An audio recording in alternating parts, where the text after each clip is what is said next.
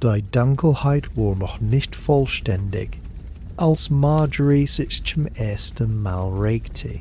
Es war eine besondere Qualität der Nacht, die in den Stunden vor dem Morgengrauen kommt, wenn die Welt zwischen dem Ende eines Tages und dem zögernden Beginn eines neuen den Atem anhält. In ihrer kleinen Kammer über der Bäckerei in der Bread Street lag sie unter mehreren Wolldecken, ihr Körper in die Molde gekurvt, die sie über Monate des Schlafens in derselben Position in die Strohmatratze eingearbeitet hatte.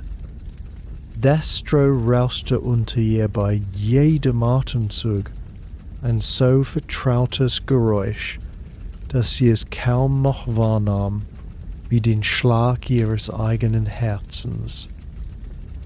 Die Kälte berührte zuerst ihr Gesicht, das tat sie immer. Der Rest ihres Körpers blieb in die Wärme, gehüllt, die sie während der Nacht aufgebaut hatte, doch ihre Wangen und Nase spürten den Biss der Novemberluft, die durch die Lücken in den Fensterläden sickerte. Sie öffnete die Augen nicht sofort. Es brannte keine Kerze, kein Grund zur Eile. Stattdessen blieb sie still liegen und spürte das Gewicht der Decken, die auf ihr ruhten, das Kratzen des Wollstoffs an ihrem Kinn, wo sie ihn in der Nacht hochgezogen hatte. Ihr Unterhemd hatte sich beim Schlafen um ihre Beine gewickelt und sie konnte das Leinen an ihren Knien zusammengeballt spüren. Der Stoff war durch unzählige Wässchen weich geworden, an manchen Stellen so dünn, dass er kaum noch Wärme spendete, aber er war sauber, gewaschen in kaltem Wasser mit etwas Seife, die sie beim Katzenzieher gekauft hatte, zum Trocknen nähe dem kleinen Kohlebecken in der Ecke ihres Zimmers aufgehängt. Die Erinnerung an diese Aufgabe kam ihr ungebeten, das Schmerzen in ihren Köcheln durch das kalte Wasser, die Befriedigung des Ausringens, die Art, wie der Stoff beim Trocknen steif geworden war. Unter ihr hatte sich die Strohmatratze mit der Zeit zusammengepresst und ihre Körperform angepasst. An manchen Stellen war das Stroh völlig zermürbt, so dass sie das Seilgeflecht des Bettgestells darunter spüren konnte. Sie hatte vorgehabt, das Stroh zu erneuern, ein Bündel vom Markt zu kaufen und den Matratzenbezug neu zu füllen. Doch die Ausgabe schien immer dann aufzutreten, wenn andere Bedürfnisse dringlicher waren. Ein neues Paar Strümpfe, Holzkohle für das Kohlebecken, die Miete für die Kammer selbst, wöchentlich an Meister Godwin gezahlt, den Bäcker, dessen Öfen den Laden unten heizten und Wärme durch die Dielenbretter aufsteigen ließen. Sie öffnete die Augen in der Dunkelheit. Nicht die absolute Dunkelheit eines fensterlosen Kellers, sondern das tiefe Grauschwarz eines Raumes vor dem Morgengrauen, wovor man nur als etwas dunklere Schatten gegen das allgemeine Düster existierten. Sie konnte das Rechteck ihres Fensters ausmachen, die Fensterläden geschlossen, aber nicht ganz in der Mitte zusammentreffend, so dass ein dünner Streifen geringerer Dunkelheit zu sehen war, wo die Außenwelt wartete. Noch kam kein Licht herein. Die Sonne hatte noch nicht einmal begonnen, an das Aufgehen zu denken. Die Geräusche der Stadt waren um diese Stunde gedämpft. Von irgendwo in der Ferne kam das Bellen eines Hundes, scharf und beharrlich, gefolgt von einem anderen, der antwortete. Näher hörte sie Schritte auf der Straße unten, das unverwechselbare Geräusch hölzerner Treppen auf Kopfsteinpflaster. Jemand bewegte sich durch die Dunkelheit auf einem Weg, der nicht bis zum Tageslicht warten konnte. Ein Nachtkaufsammler vielleicht oder ein Bäckerlehrling auf dem Weg zur Arbeit in einem Ofen auf der anderen Seite der Stadt. Die Schritte verblassten und für einen Moment gab es nur das Geräusch ihres eigenen Atems und das leise Karasch ihres eigenen Atems und das leise Knarren des sich setzenden Gebäudes. Und sie wusste, dass sie aufstehen sollte. Es brachte nichts, im Bett zu liegen, sobald das Bewusstsein zurückgekehrt war, und die Kälte würde nur bitterer werden, wenn die Nacht sich ihrem kältesten Punkt kurz vor dem Morgengrauen näherte. Dennoch gönnte sie sich noch ein paar Augenblicke der Stille und genoss die aufgebaute Wärme, den Komfort der horizontalen Ruhe. Ihr Körper fühlte sich schwer an, widerwillig zu bewegen, obwohl sie gut genug geschlafen hatte. Sie schlief immer gut. Das war eine der kleinen Gnaden ihres Lebens, dass der Schlaf leicht kam und echte Erholung brachte, mit einem Atemzug, den sie mehr spürte als hörte, schaute sofort herein und traf schockierend ihre Halt herein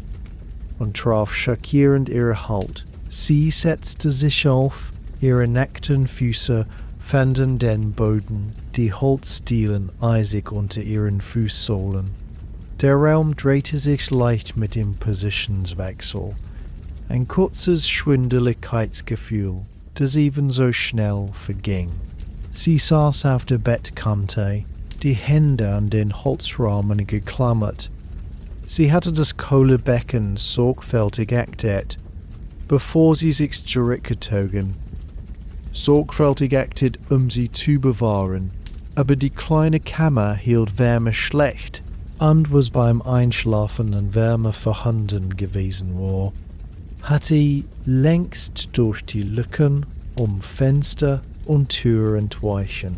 Sie musste das Feuer wieder zum Leben erwecken, die Kohlen zurückbeleben und frische Holzkohle hinzufügen. Aber zuerst musste sie sich anziehen. Die Kälte war zu scharf, nur im Unterhemd zu bleiben. Sie stand auf, die Beine für einen kurzen Moment unsicher, und bewegte sich zur Holztruhe, die ihre Habseligkeiten enthielt. Sie stand gegen die der Bettkante. Gegenüberliegende Wand, ein stabiles Stück mit Eisenbeschlägen, das ihrer Mutter gehört hatte. Das Holz war dunkel vor Alter und Gebrauch, die Ecken durch Jahrzehnte von Händen, die den Deckel öffneten und schlossen, glatt gescheuert. Sie hob ihn jetzt an, die Scharniere leise quietschend, und griff hinein nach ihrer Kleidung.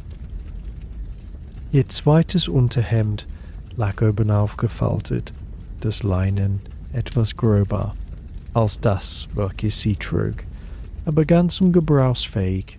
Sie nahm es heraus und legte es beiseite, dann fand sie ihre Strümpfe, zwei getrennte Beinlinge aus gestrickter Wolle, gefärbt in einem schlammigen Braun, das Flecken gut verbarg. Darunter lag ihr Kittel, der Alltagskittel aus ungefärbter Wolle, den sie für gewöhnliche Tage trug. Ihr guter Kittel, tiefblau, gefärbt und mit einem Band aus Kontrastgewebe und Salmonmanschetten besetzt, blieb darunter gefaltet, reserviert für Sonntage und Festtage. Sie zog sich methodisch an, ohne Eile. Zuerst zog sie die Wärme an. Der Stoff legte sich um ihren Körper, der Sonne fiel bis zur Wadenmitte. Dann setzte sie sich wieder auf die Bettkante und zog ihre Strümpfe an, ein Bein nach dem anderen, sie über Waden und Oberschenkel ziehend und sie im Gürtel festbindend, den sie unter ihren Unterhemdchen trug. Die Wolle war dick und leicht kratzig, hielt aber gut warm, und sie fühlte sich sofort besser, als ihre Beine bedeckt waren. Als nächstes kam der Kittel. Sie stand auf und hob ihn über den Kopf, arbeitete ihre Arme durch die Ärmel und ließ das Kleidungsstück über ihre Unterecke gleiten. Hing locker, dafür entworfen, über mehreren Lagen getragen zu werden, der Halsausschnitt weit genug, leicht übergestreift zu werden. Sie band den Gürtel ihre Teile, zog den Kittel näher an ihren Körper und schuf so etwas Kontur in dem sonst formlosen Kleidungsstück. Der Gürtel war einfaches Leder, durch Gebrauch weich geworden, die Schnalle aus Messing, das seinen Glanz längst verloren hatte.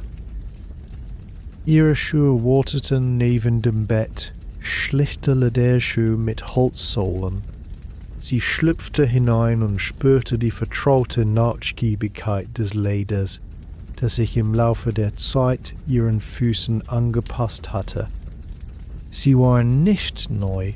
Sie hatte sie vor 2 Jahren bei einem Schuster gekauft, aber gut gemacht und bereits einmal neu besohlt worden. Sie würden mindestens noch 1 Jahr halten, vielleicht 2, wenn sie vorsichtig war.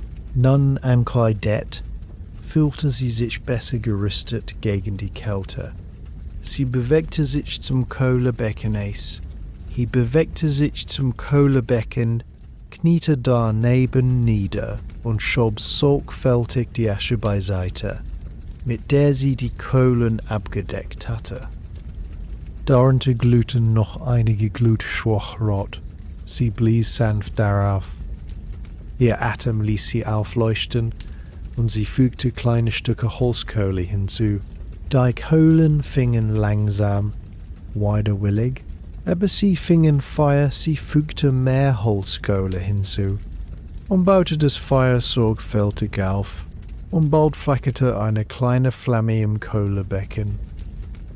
Die Wärme war anfangs minimal, kaum spürbar, aber sie wusste, dass sie wachsen würde. Sie würde das Kohlebecken brennen lassen, während sie ihre morgendliche Körperpflege durchführte.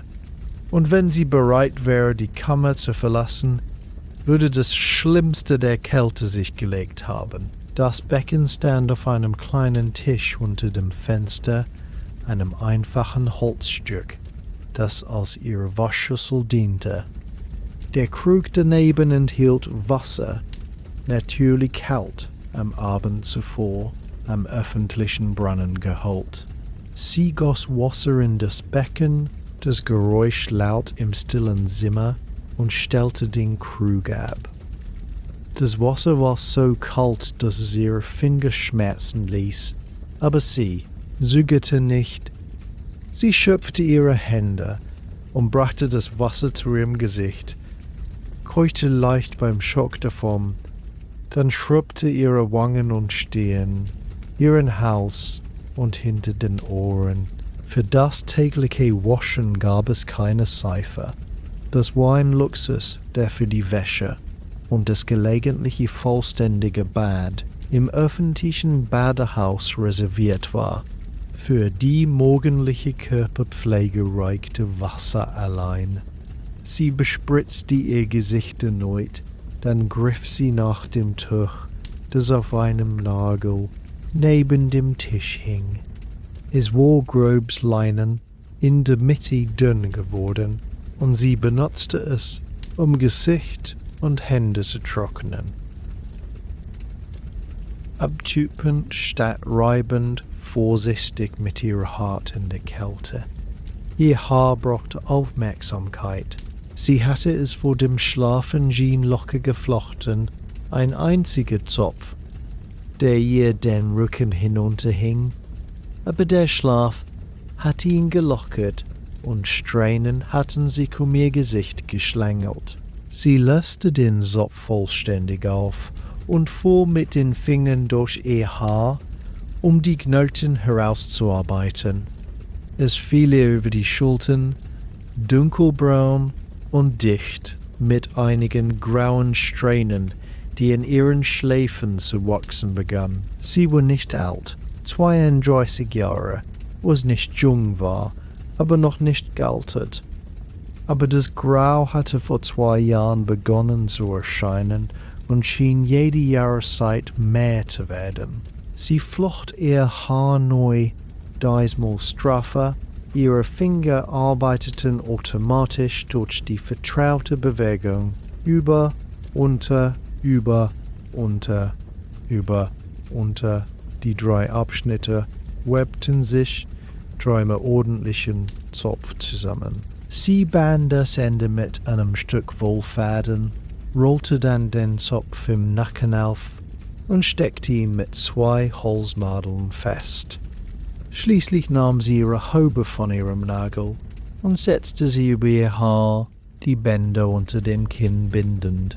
Die Leinenhaube deckte ihr Haar vollständig, wie es für eine Frau ihrer Stellung angemessen war. Nur junge Mädchen und die sehr Wohlhabenden trugen ihr Haar offen oder unbedeckt. Der Raum begann sich leicht durch das Kohlebecken zu erwärmen, obwohl die Kälte noch dominierte. Sie bewegte sich zum Fenster und öffnete die Läden, schob sie nach außen, um die schmale Straße darunter zu enthüllen. Die Dunkelheit begann sich zu lichten. Der Himmel färbte sich von schwarz zu tiefblau, obwohl die Sonne noch nicht erschienen war. Die Straße war leer außer einer Katze, die sich durch den Rinnstein schlich, ihre Bewegungen behutsam und überlegt. Auf der anderen Seite konnte sie die Läden sehen, die erwachten. Die Bread Street war keine breite Durchgangsstraße und die Häuser lehnten sich gegeneinander, ihre oberen Stockwerke über die Straße vorragend und so eine Schlucht aus Fachwerk und Putz schaffend. Im Sommer ließ die Enge die Straße eng und stickig wirken. Im Winter bot sie etwas Schutz vor dem Wind. Amten hörte sie die ersten Geräusche vom Meister Godwin, der seine Arbeit begann. Der Bäcker stand vor allen anderen im Haushalt auf, sogar vor seinen Lehrlingen, um die Öfen für den Backtag vorzubereiten. Sie hörte das Kratzen der Ofentür, das Dampfen vom Holz, das ins Feuer gelegt wurde, den Husten des Bäckers, ein tiefes, rasselndes Geräusch, das von Jahren des Einatmens von Melzstaub und Rauch zeugte. Der Geruch vom backendem Brot würde später kommen, wenn die Öfen heiß und die ersten Laibe hineingegeben wurden. Aber bereits konnte sie den schwachen Geruch von Hefe und Korn wahrnehmen. Marjorie wandte sich vom Fenster ab und musterte ihre Kammer im wachsenden Licht. Sie war klein, vielleicht 3 Meter im Quadrat, mit dem Bett, das einen Großteil einer Wand nahm, an der Truhe gegenüber. Das Kohlebecken stand in der Ecke, der Waschtisch unter dem Fenster. Ein kleines Regal hielt ihre wenigen Habseligkeiten, ein Holzbecher und eine Schüssel, einen Löffel, ein Messer mit abgenutztem Griff, ein Tonkrug für alle. An einem Nagel neben der Tür hing ihr Umhang, schwerer Wolle, in dunklem Grün gefärbt, und ihr Marktkorb. Die Wände waren nackter Putz, einst geweißt, aber nun durchdringend rau schmutzig. Die Dielenbretter waren uneben, durch Jahrzehnte von Füßen glatt gescheuert, und sie quietschten, wenn sie lief. Die Decke war niedrig genug, dass ein großer Mann unter den Balken ducken musste. Es gab keinen Herd. Das Kohlebecken spendete die Wärme, die sie hatte, und keine Möbel außer Bett, Truhe und Tisch. Es war nicht viel, aber es war ihres. Sie zahlte wöchentlich dafür, und niemand konnte sie hinauswerfen, solange sie zahlte. Sie hatte 3 Jahre in dieser Kammer gelebt, seit sie den Haushalt verlassen hatte, wo sie als Dienstmagd gearbeitet hatte. Diese Stelle hatte schlecht geendet. Der Sohn des Herrn hatte sich Freiheiten genommen, und als sie seine weiteren Annäherungsversuche abgelehnt hatte, war sie entlassen worden. Keine Referenz, kein Zeugnis, nur die Forderung, sofort zu gehen. Sie war damals 29 gewesen, alt genug zu wissen, dass eine neue Stelle im Dienst ohne Referenz schwierig sein würde, jung genug, um noch Möglichkeiten zu haben. Die Entscheidung, ihren jetzigen Beruf aufzunehmen, war nicht leichtfertig getroffen worden, aber auch nicht aus Verzweiflung. Sie hatte ihre Fähigkeiten, ihre Umstände und die Realitäten einer alleinstehenden Frau in London ohne Familie und Patron abgewogen. Sie konnte nähen, aber nicht gut genug, um mit den Sumpfschneiderinnen zu konkurrieren. Sie konnte kochen und putzen, aber ohne Referenz würde kein Haushalt sie einstellen. Sie konnte heiraten, hatte aber keine Mitgift und keine Aussichten. Was blieb, war Arbeit, die keine Sanftgliedschaft, keine Referenz, keine Mitgift erforderte. Arbeit, die immer gefragt war, Arbeit, die bezahlte. Über diese Gedanken grübelte sie selten. Sie gehörten der Vergangenheit an, bereits getroffenen Entscheidungen und eingeschlagenen Wegen. Was zählte, war die Gegenwart, die Kammer, in der sie lebte, die Arbeit, die sie tat, das Leben, das sie führte. Sie war untergebracht, ernährt und unabhängig. Sie antwortete keinem Herrn, keinem Ehemann, keinem Vater. Sie traf ihre eigenen Entscheidungen und lebte mit deren Konsequenzen. Darin lag eine Art Freiheit, auch wenn es nicht die Freiheit war, die Lieder und Geschichten feierten. Das Licht wurde nun stärker. Der durch das Fenster sichtbare Himmel verschob sich von tiefblau zu blassem Grau.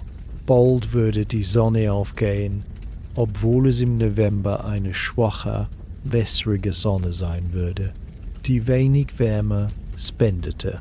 Sie hörte mehr Geräusche von der Straße unten, Stimmen, die einander zuriefen, das Rasseln eines Karrens, die Glocke einer Kirche, die die Stunde schlug. Die Stadt erwachte, schüttelte den Schlaf ab und begann die Geschäfte des Tages. Marjorie bewegte sich zum Regal und nahm ihren Becher und den Tomkrug herunter.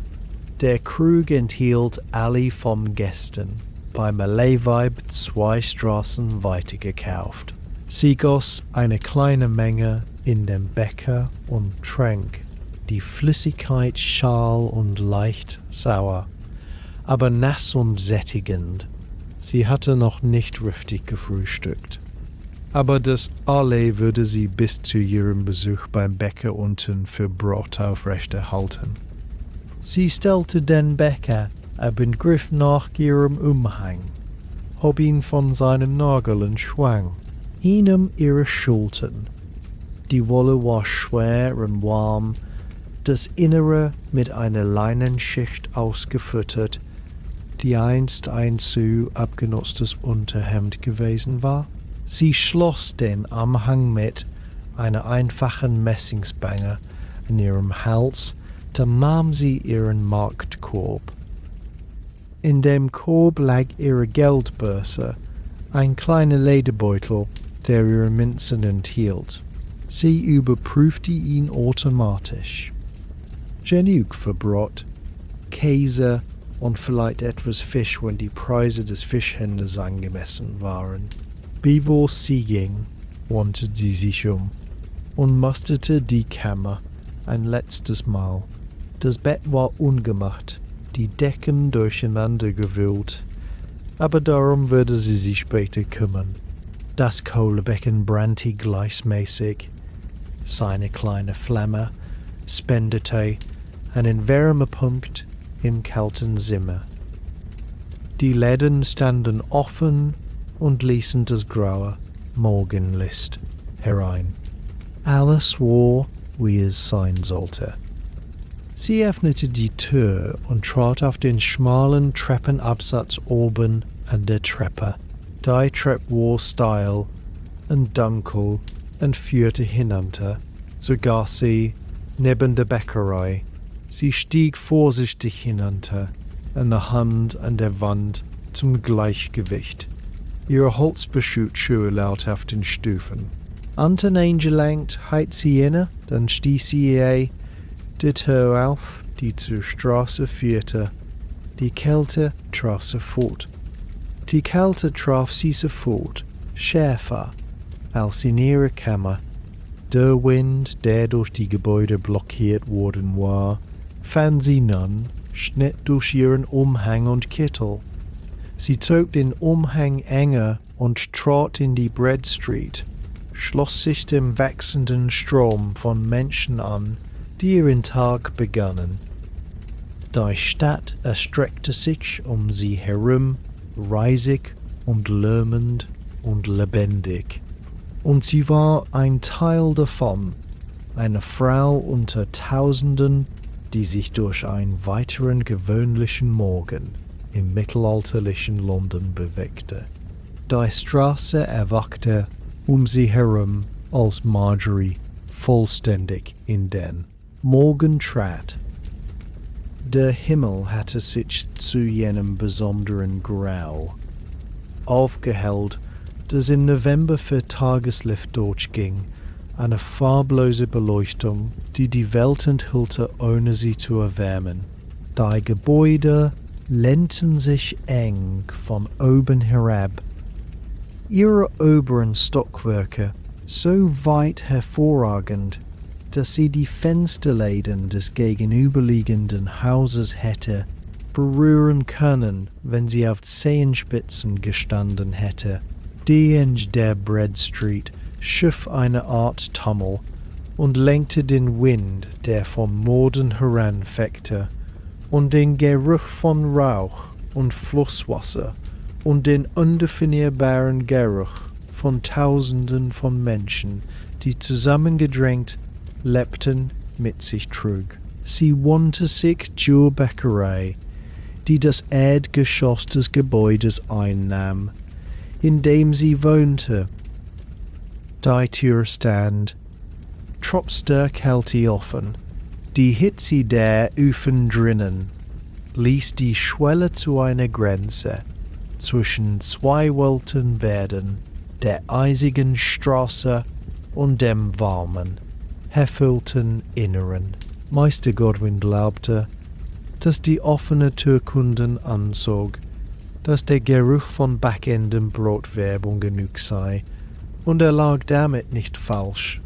Bereits standen zwei Frauen drinnen und warteten, während die Frau des Bäckers ihre Einkäufe in Tuchwein wickelte.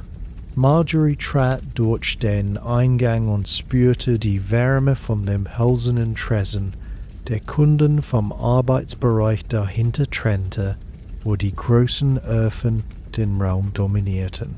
Die Öfen waren in die Wanden eingebaut, ihre Mündungen rot-orange glühend vor Hitze. Und vor ihnen stand Meister Godwin selbst, eine hölzerne Backschaufel in den Händen, mit der er Leibe auf die heißen Steine darin legte. Er war ein kompakter Mann, breit über den Schultern, vom jahrelangen Kunstjahr. Mann, breit über den Schultern vom jahrelangen Konnerarbeit, sein Gesicht durch ständige Hitzeeinwirkung gerötet. Mehl bestäubte seine Schürze und Unterarme, und als er sich umdrehte, um ihre Anwesenheit anzuerkennen, sah sie es auch in seinem Haar, das braun-grau-weiß färbte. Die zwei Frauen vor ihr diskutierten den Salzpreis, ihre Stimmen mit dem besonderen Ton der Beschwerde, der weniger um echte Unzufriedenheit ging als um das soziale Ritual des Einkaufens. Marjorie wollte ihren Korb über dem Arm, ließ die Wärme in ihre Knochen einziehen. Der Laden roch überwältigend nach Brot, Nicht nur die frischen Leibe, die auf Gestellen an der Wand abkühlten, sondern der tiefere Geruch von Korn und Hefe, von aufgehendem Teig und Mehl, das sich in jeden Riss und Winkel abgesetzt hatte. Darunter lag der Duft des Holzfeuers, das die Öfen heizte, ein sauberer Rauch, der dem scharfen Kohlerauch vom Kohlebecken und Herden in nichts ähnelte. Die Frau des Meister Godwin, alles fertigte das Broten und nahm Zahlung von der ersten Frau entgegen, 3 Heller, sorgfältig aus einer abgenutzten Börse, abgezählt. Die Frau prüfte ihren eingewickelten Leib hinab, als wolle sie sein Gewicht beurteilen, nickte dann und verließ den Laden. Die zweite Frau kaufte diesmal 2 Leiber, einen weißen und einen braunen, wobei der weiße doppelt so teuer war wie der braune. Weißbrot wurde aus gesiebtem Mehl hergestellt, die Kleie herausgefiltert und galt als feiner, geeigneter für jene mit Ansprüchen auf Status. Braunbrot, aus Vollkornmehl hergestellt, war kräftiger und günstiger, das Brot der Arbeiter und der Armen. Als Marjorie's Reihe kam, grüßte Alice sie mit einem Nicken. Sie kannten sich gut genug. Marjorie hatte 3 Jahre über dem Laden gewohnt, und sie kaufte hier die meisten Morgen ihr Brot.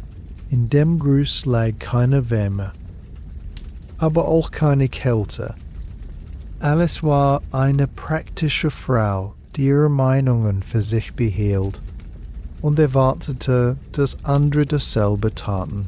Was Marjorie in ihrer Kammer oben tat, ging Alice nix an, solange die Miete bezahlt wurde und kein Ärger zum Laden kam. Marjorie bat einen braunen Leib, und Alice wollte einen braunen Leib.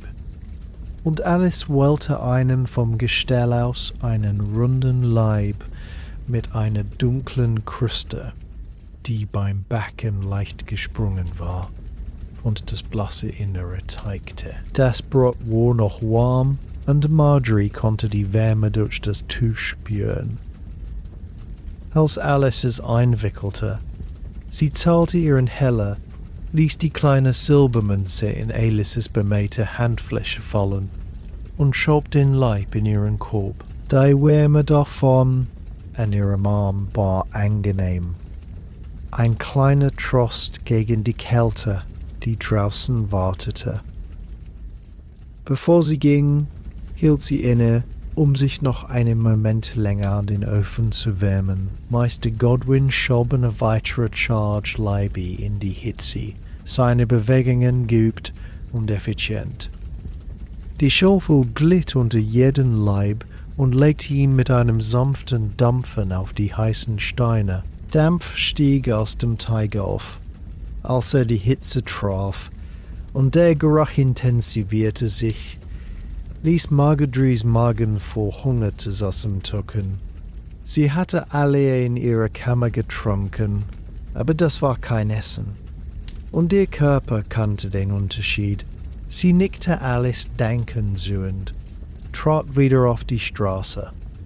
Die Kälte war ein Schock nach der Wärme der Bäckerei, und sie zog den Umhang enger, stellte ihren Korb so ein, dass das Brot nicht zerquetscht würde. Die Straße war jetzt belebter. Menschen traten aus Türen und Gassen hervor und begannen den Tagesgeschäften nachzugehen. Ein Wasserträger kam vorbei, seine hölzernen Eimer an einem Joch über seinen Eimer, an einem Joch über seinen Schultern hängend, bei jedem Schritt schwappend. 2 Lehrling eilten vorüber, die Arme voll mit gebündeltem Tuch und in Richtung eines der Tuchhändlerläden in Cheapside unterwegs. Eine alte Frau schlurfte am Rinnstein entlang, die Augen auf die, Boden gerichtet und auf der Suche nach allem, was von Wertvollem gelassen. oder weggeworfen worden sein könnte. Marjorie wandte sich nach Osten, in Richtung des Marktes in Cheapside. Der Spaziergang war nicht lang. Die Bread Street führte direkt in die große Marktstraße, aber sie bewegte sich langsam und achtete auf ihren Tritt. Die Straße war hier ungepflastert, nur feste stampfte Erde, die durch den gestrigen Regen aufgewühlt und dann über Nacht zu Rinnen und Erhebungen eingefroren worden war. Stroh war an manchen Stellen gestreut worden, Halt zu geben. Aber es war alter Stroh, verrottet und rutschig. Sie wählte ihren Weg sorgfältig und rutschig. Sie wählte ihren Weg sorgfältig und war dankbar für ihre holzbesohlten Schuhe, die ihre Füße über dem schlimmsten Schlamm hielten. Die Häuser, an denen sie vorbeiging, waren eine Mischung aus Fachwerk und Putz, viele mit gerissenen Wänden. Die meisten waren Läden im Erdgeschoss mit Wohnräumen darüber die gleiche Anordnung wie das Bäckergebäude. Sie konnte die Gewerbe an ihren Schildern erkennen: ein gemalter Stiefel für den Schuster, 3 Kugeln für den Pfandleiher, ein gestreifter Pol für den Barbierchirurgen. Einige Läden hatten bereits geöffnet, ihre Fensterläden als Tressen heruntergeklappt, auf denen Waren präsentiert wurden. Andere blieben geschlossen. Ihre Bewohner noch im Bett oder mit der Vorbereitung ihrer Waren für den Tag beschäftigt. An der Ecke, wo die Bread Street auf Cheapside traf, veränderte sich der Charakter der Stadt. Cheapside war die große Marktstraße Londons, von Ost nach West durch das Heeres der Stadt verlaufend, und selbst zu dieser frühen Stunde füllte sie sich mit Händlern und Kunden. Die Straße war hier breit genug, dass Karren aneinander vorbeifahren konnten. Die Gebäude waren großartige, viele aus Steinstadt, Fachwerk, die Gilden und wohlhabenden Kaufleuten gehörten. Die Goldsmiths Row verlief entlang einer Seite. Laden für Laden, der Edelmetalle und edle Steine hinter dicken Glasfenstern ausstellte. Marjorie hatte noch nie einen dieser Läden betreten. Was hätte sie mit Gold zu tun? Aber sie bewunderte sie aus der Ferne, die Art, wie das Morgenlicht auf den ausgestellten Waren aufblitzte und sie leuchten ließ. Die Marktstände wurden in der Straßenmitte aufgebaut, provisorische Holz- und Leinwandkonstruktionen, die jeden Abend abgebaut und jeden Morgen wieder errichtet wurden. Die Händler riefen bereits ihre Waren aus. Ihre Stimmen wetteiferten miteinander in einem Stimmengewirr, das in seinem Chaos irgendwie musikalisch war. Frischer Fisch, heute Morgen gefangen. Äpfel, süße Äpfel, feine Wohl bester Qualität. Bänder und Spitzen, Marjorie bahnte sich einen Weg durch Dieven vorzubeugen. Cheapside war berüchtigt für Taschendiebe, und sie hatte nicht die Absicht, ihre Münzen an einen schnellfingerigen Jungen zu verlieren. Sie passierte zuerst die Fischstände und hielt den Atem an gegen den Geruch. Die Fische lagen auf Strohbetten aus, ihre Schuppen durch den Tod stumpf geworden, aber noch mit Silberblitzen. Hauptsächlich Heringe, von der Küste heraufgebracht, zusammen mit einigen Aalen und ein paar größeren Fischen, die sie nicht benennen konnte. Die Fischhändler standen hinter ihren Ständen, ihre Schürzen mit Blutenschuppen befleckt, riefen Preise aus und priesen die Frische ihrer Waren. Sie hielt nicht an den Fischständen an. Fisch war teuer, und sie hatte keine Möglichkeit, ihn in ihrer Kammer richtig zu kochen. Das Kohlebecken reichte für das Wärmen vom Alley oder das Erhitzen von Wasser, nicht aber für die Art von Kochen, die Fisch erforderte. Stattdessen ging sie weiter zu den Käsehändlern, die einen Abschnitt des Marktes nahe dem Geflügelmarkt belegten. Der Geruch war scharf und sauer, der unverwechselbare Geruch von reifendem Käse, der sich mit dem allgemeinen Marktgeruch nach ungewaschenen Körpern und tierischem Abfall mischte. Die Käsehändlerin, die sie bevorzugte, war eine Frau namens Joan, eine Witwe, die ihren Lebensunterhalt mit dem Verkauf von Käse verdiente, den sie vom Bauern außerhalb der Stadtmauern kaufte. Johns Stand war bescheiden, nur ein Holztisch mit einem Leinwanddach. Aber ihr Käse war gut und ihre Preise fair. Sie stand jetzt hinter ihrem Tisch, die roten Hände hoch, ihr wettergebautes Gesicht faltete sich zu etwas, das vielleicht ein Lächeln sein könnte. Sie waren nicht genau Freundinnen, aber sie kannten sich, hatten diese gleiche Transaktion dutzende Male in den vergangenen 3 Jahren durchgeführt. Joan wusste, was Marjorie wollte, ohne es zu sagen, ein kleines Stück Hartkäse, genug für ein paar Tage, nichts Besonderes. Sie wehte eine Runde vom Tisch aus, zog ein Messer von ihrem Gürtel und schnitt ein Stück, das sie in ein Stück Tuch einwickelte, bevor sie es überreichte. Der Preis war ein halber Penny, und Marguerite teilte ihn ohne zu feilschen. Manche Menschen genossen das Hin und Her der Marktverhandlungen, das Ritual von Angebot und Gegenangebot. Aber Marjorie empfand es als mühsam. Joans Preise waren vernünftig und Marjories Zeit war wertvoll. Sie schob den Käse in ihren Korb neben das Brot und ging weiter. Der Standesallee Wiebs war am Ende des Marktes, nahe der Friday Street. Allee wurde fast ausschließlich von Frauen verkauft, da Brauen eines der wenigen Gewerbe war, das Frauen ohne sanften Mischung betreiben konnten. Das Weib, das Marjorie patronisierte, hieß immer eine große Frau mit kräftigen Unterarmen und eine Stimme, die über den Markt tragen konnte.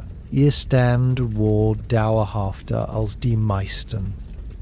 Eine Holzkonstruktion mit Dach und Seiten.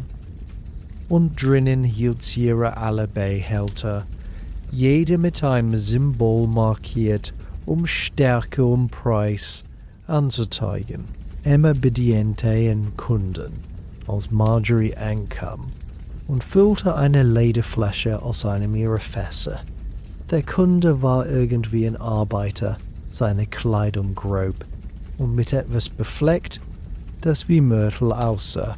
Marjorie trat vor mit ihrem eigenen Krug, einem Tonbefäß, das etwa einen Liter fasste, und Emma füllte ihn aus dem mit 2 Strichen markierten Fass, das mittelstarke Ali, nicht das schwache Zeug, das kaum mehr als aromatisiertes Wasser war, aber auch nicht das starke Ali, das doppelt so viel kostete.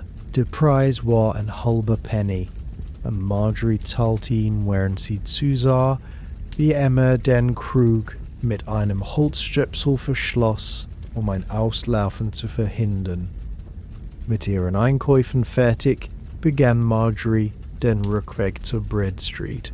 Ihr Korb war jetzt schwerer Brot, Käse und Krug Arlo wogen ihn nieder, und sie wechselte ihn zum anderen Arm. Der Markt war vollständig lebendig, die Menge dichter werdend, als mehr Menschen zum Kaufen und Verkaufen ankämen. Sie passierte einen Händler, der heiße Pasteten verkaufte. Der Geruch ließ ihren Magen knurren, aber sie widerstand. Die Pasteten waren ein Luxus, und sie hatte Essen in ihrem Korb wartend. Der Rückweg schien kürzer als der Hinweg, vielleicht weil sie jetzt mit Entschlossenheit ging, begierig in ihre Kammer zurückzukehren und zu essen.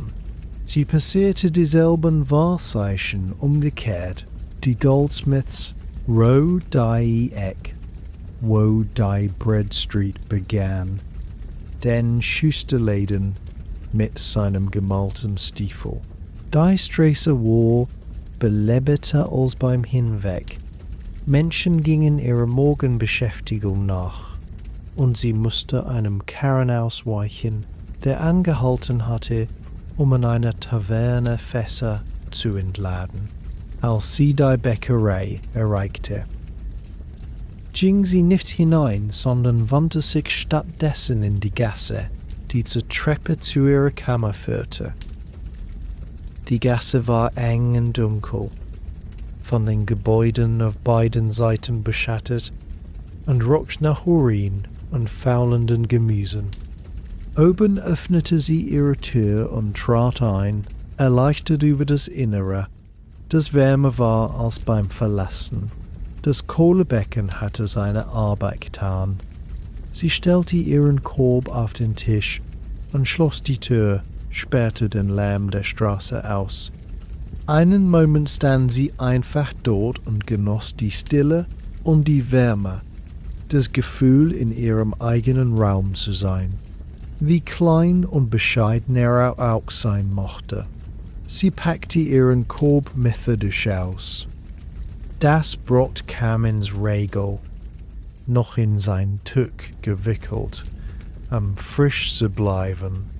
Der Käse gesellte sich dazu, das Tuch schützte ihn vor Staub. Dann lackrig stellte sie auf den Tisch neben ihrem Becher. Dann nahm sie ihre Holzschüssel und ihr Messer herunter und bereitete sich auf das Frühstück vor. Das Brot war noch leicht warm, und als sie es auspackte und eine dicke Scheibe schnitt, stieg Dampf aus dem Inneren auf. Die Kruste war dunkel und hart und erforderte Anstrengung beim Durchsägen. Aber das Innere war weich und blass, mit einer Textur, die sowohl dicht als auch nachgiebig war. Sie schnitt auch ein Stück Käse, ein Stück etwa in der Größe ihres Daumens, und legte beides in ihre Schüssel. Dann goss sie alle in ihren Becher, füllte ihn zur Hälfte und trug alles zum Bett. Sie saß auf der Bettkante, die Schüssel auf dem Schoß, und nahm den ersten Bissen Brot. Der Geschmack war einfach Korn und Salz und die leichte Säure der Hefe, aber tief befriedigend. Sie kaute langsam und ließ das Brot in ihrem Mund weich werden, bevor sie schluckte. Der Käse kam als nächstes, scharf und bröselig, sein Geschmack stärker als das Brot. Ein guter Kontrast. Sie wechselte Bissen von Brot und Käse, die sie mit Schlucken alle hinunterspülte, und spürte, wie der Hunger, der sie genagt hatte, nachließ. Sie hatte keine Familie, mit der sie die Mahlzeiten teilen konnte, keinen Ehemann oder Kinder, keine Dienstboten oder Begleiter. Die meisten ihrer Mahlzeiten wurden in Einsamkeit eingenommen, in dieser Kammer, mit nur ihren eigenen Gedanken als Gesellschaft. Manche hätten es vielleicht einsam gefunden, aber Marguerite hatte sich daran gewöhnt. Im einsamen Essen lag eine Art Frieden, eine Freiheit, im eigenen Tempo zu essen, zu kosten oder zu hetzen, wie sie es wählte, die eigenen Gedanken zu denken, ohne Gespräche führen zu müssen. Sie dachte beim Essen an den Tag, der vor ihr lag. Es war ein Worktag, was bedeutete, dass sie wahrscheinlich Besucher haben würde, Männer, die in ihre Kammer kamen für die Dienste, die sie an Bord. Sie wusste nicht, wie viele kommen würden oder wann. Manche Tage waren beliebt, mit 3 oder 4 Männern, die in Abständen den ganzen Nachmittag und Abend ankamen. Andere Tage waren ruhig, mit nur einem Besucher oder keinem.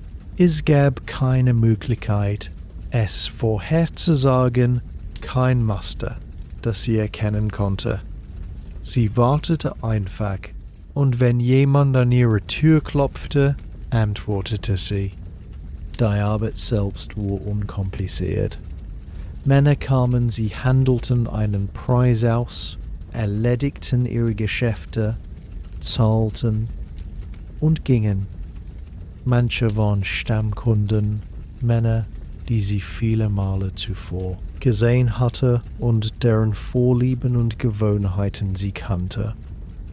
Andere waren Fremde, von jemandem empfohlen oder einfach durch die Straßen schlendernd und ihr Fenster sehend. Sie behandelte alle gleich, mit Höflichkeit, aber nicht mit Wärme, Effizienz, aber nicht Eile. Es war eine Transaction, nichts anderes. Sie dachte nicht in moralischen Begriffen darüber nach.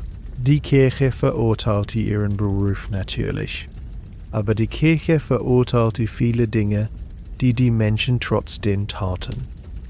Wucher, Völlerei, Hochmut, die Liste des Sanften war lang, und jeder beging einige davon. Sie beichtete, wenn sie das Bedürfnis fühlte, tat ihre Buße und fuhr mit ihrem Leben fort. Gott würde sie am Ende richten, und sie würde dieses Urteil annehmen, aber in der Zwischenzeit musste sie leben, und so tat sie es. Das Brot und der Käse waren nun verzehrt, die Schüssel leer außer ein paar Krumen, sie leerte das letzte alle außer ein paar Krumen, sie leerte die Schüssel beiseite. Ihr Magen fühlte sich angenehm voll an, der scharfe Rand des Hungers gestampft. Sie stand auf und trug die Schüssel und den Becher zum Waschtisch, wo sie später mit Wasser aus dem Krug reinigen würde. Für Rest stellte sie einfach ab und wandte ihre Aufmerksamkeit dem Rest des Morgens zu. Das Bett musste gemacht werden. Sie zog die Decken gerade, glättete die Falten und schüttelte das Kissen. Ein kleiner Sack, gestopft mit Wursten, der gut genug diente. Die Kammer sah ordentlicher aus mit dem gemachten Bett, eher wie ein Zimmer, in dem jemand mit Absicht lebte, als bloß existierte. Sie überprüfte das Kohlebecken und legte ein paar weitere Kohlenstücke hinzu, um das Feuer am Brennen zu halten. Der Raum war nun warm genug, dass sie ihren Umhang ablegen konnte, und sie hängte ihn wieder an seinen Nagel neben der Tür. Mit diesen Aufgaben erledigt, fand sie sich planlos. Es war noch morgen zu früh für Besucher. Die meisten Männer, die zu ihr kamen, taten dies nachmittags oder abends, wenn ihre eigene Arbeit getan war. Sie konnte den Riss in ihrem guten Kittel ausbessern, eine Aufgabe, die sie seit Wochen aufgeschoben hatte. Oder sie konnte Agnes besuchen, die Wäscherin, die 2 Türen weiter wohnte, und sehen, ob es Neuigkeiten zu teilen gab. Oder sie konnte einfach sitzen und ausruhen und den seltenen Luxus der Zeit ohne Anforderungen genießen. Sie entschied sich für das Flicken, der Riss war klein, nur eine aufgegangene Narbe an der Schulter, würde aber schlimmer werden, wenn er unbeachtet blieb. Sie holte ihren guten Kittel aus der Truhe und untersuchte den Schaden im Licht des Fensters. Der Stoff war gute Wolle, tiefblau gefärbt, wo sie sich teuer erkauft hatte, als sie den Kittel vor 2 Jahren kaufte. Es war ihr bestes Kleidungsstück, das sie sonntags und an Festtagen in die Kirche trug, und sie wollte sie in gutem Zustand halten in die Kirche und sie wollte sie in gutem Zustand halten. Ihre Nähsachen wurden in einer kleinen Holzschatulle am Boden der Truhe aufbewahrt. Sie nahm sie heraus und öffnete sie, enthüllte in Tuch gewickelte Nadeln, Faden in verschiedenen Farben, eine kleine Schere und einen Fingerhut aus Messing. Sie wählte eine Nadel und Faden, der so genau wie möglich dem Blau des Kittels entsprach, fädelte die Nadel ein und ließ sich auf dem Bett nieder, den Kittel auf dem Schoß. Die Arbeit war beruhigend repetitiv. Sie machte kleine, saubere Stiche und sog die gerissenen Ränder der Naht zusammen. Ihre Finger bewegten sich automatisch durch die vertraute Bewegung. Leichtes Blinzeln war nötig, um ihre Arbeit zu sehen. Ihre Augen waren noch gut, besser als die vieler Frauen ihres Alters. Aber sie wusste, dass sie sich mit der Zeit abschwächen würden. Alles schwächte sich mit der Zeit ab. Während sie nähte, schweiften ihre Gedanken. Sie dachte an den Markt, die Gesichter, die sie gesehen hatte, die Transaktionen, die sie durchgeführt hatte. Sie dachte den Meister Godwin in seiner Bäckerei, der Liebe mit seiner Bäckerei, der Liebe mit seiner Holzschaufel in den Ofen schob. Sie dachte den Jern, die Käsehändlerin, ihre roten Hände, die Käsestücke schnitten. Sie dachte den Emma des Weib, die Krüge aus ihren Fässern füllte. Sie alle arbeiteten, verdienten ihren Lebensunterhalt auf die ihnen verfügbaren Weisen. Und sie war nicht anders. Die Naht war fast geschlossen. Als sie Schritte auf der Treppe draußen hörte, sie pausierte, Nadel in der Hand, und lauschte. Die Schritte waren schwer entschlossen, kletterten langsam. Sie erreichten den Treppenabsatz und stoppten vor ihrer Tür. Ein Klopfen folgte, 3 scharfe Schläge. Marjorie legte ihre Näharbeit beiseite und stand auf. Sie glättete ihren Kittel, überprüfte, dass ihre Haube gerade saß und ging zur Tür. Sie öffnete sie und fand einen Mann auf dem Treppenabsatz stehen, einen Fremden für sie. Er war mittleren Alters, ordentlich gekleidet in einem Wollkittel und Strümpfen, einem Ledergürtel um die Taille. Sein Gesicht war wettiger gehabt, sein Bart mit Grau durchzogen. Es sah sie mit einem Ausdruck an, der halb Nervosität, halb Entschlossenheit war. Sie wusste, was er wollte, ohne dass er es sagte. Diesen Ausdruck hatte sie viele Male zuvor gesehen. Sie trat beiseite und bat ihn einzutreten.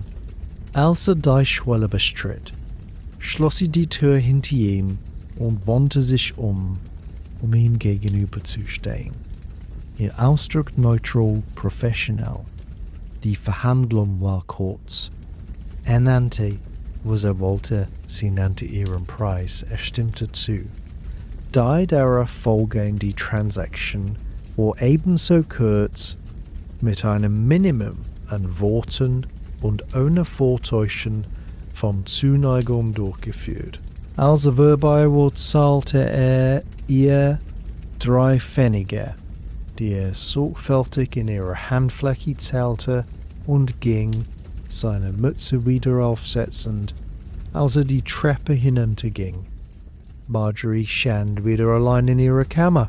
Sie ging zum Waschtisch und goss Wasser aus dem Krug in das Becken, wusch dann Hände und Gesicht, das kalte Wasser erfrischend.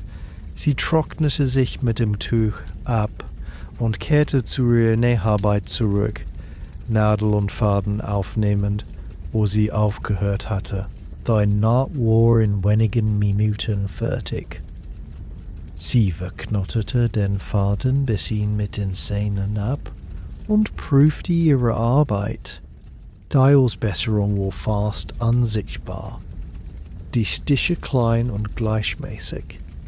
Sie faltete den Kittel und legte ihn zurück in die Truhe. Dann räumte sie ihre Nähsachen weg.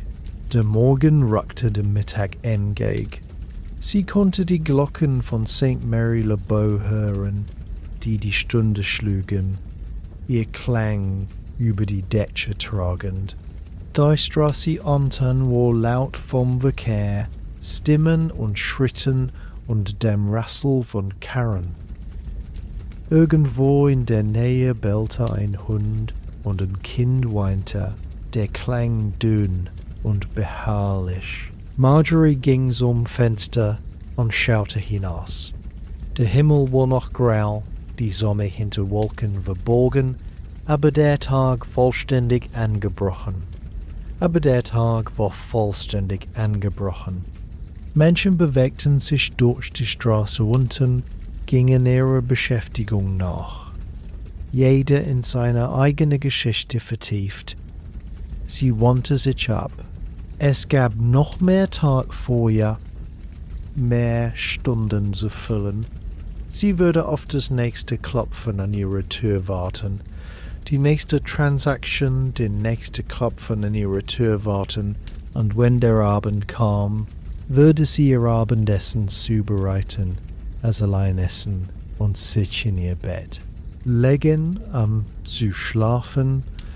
Der Morgen würde einen weiteren Morgen bringen, einen weiteren Spaziergang zum Markt, einen weiteren Tag kleiner Routinen und ruhigen Überlebens.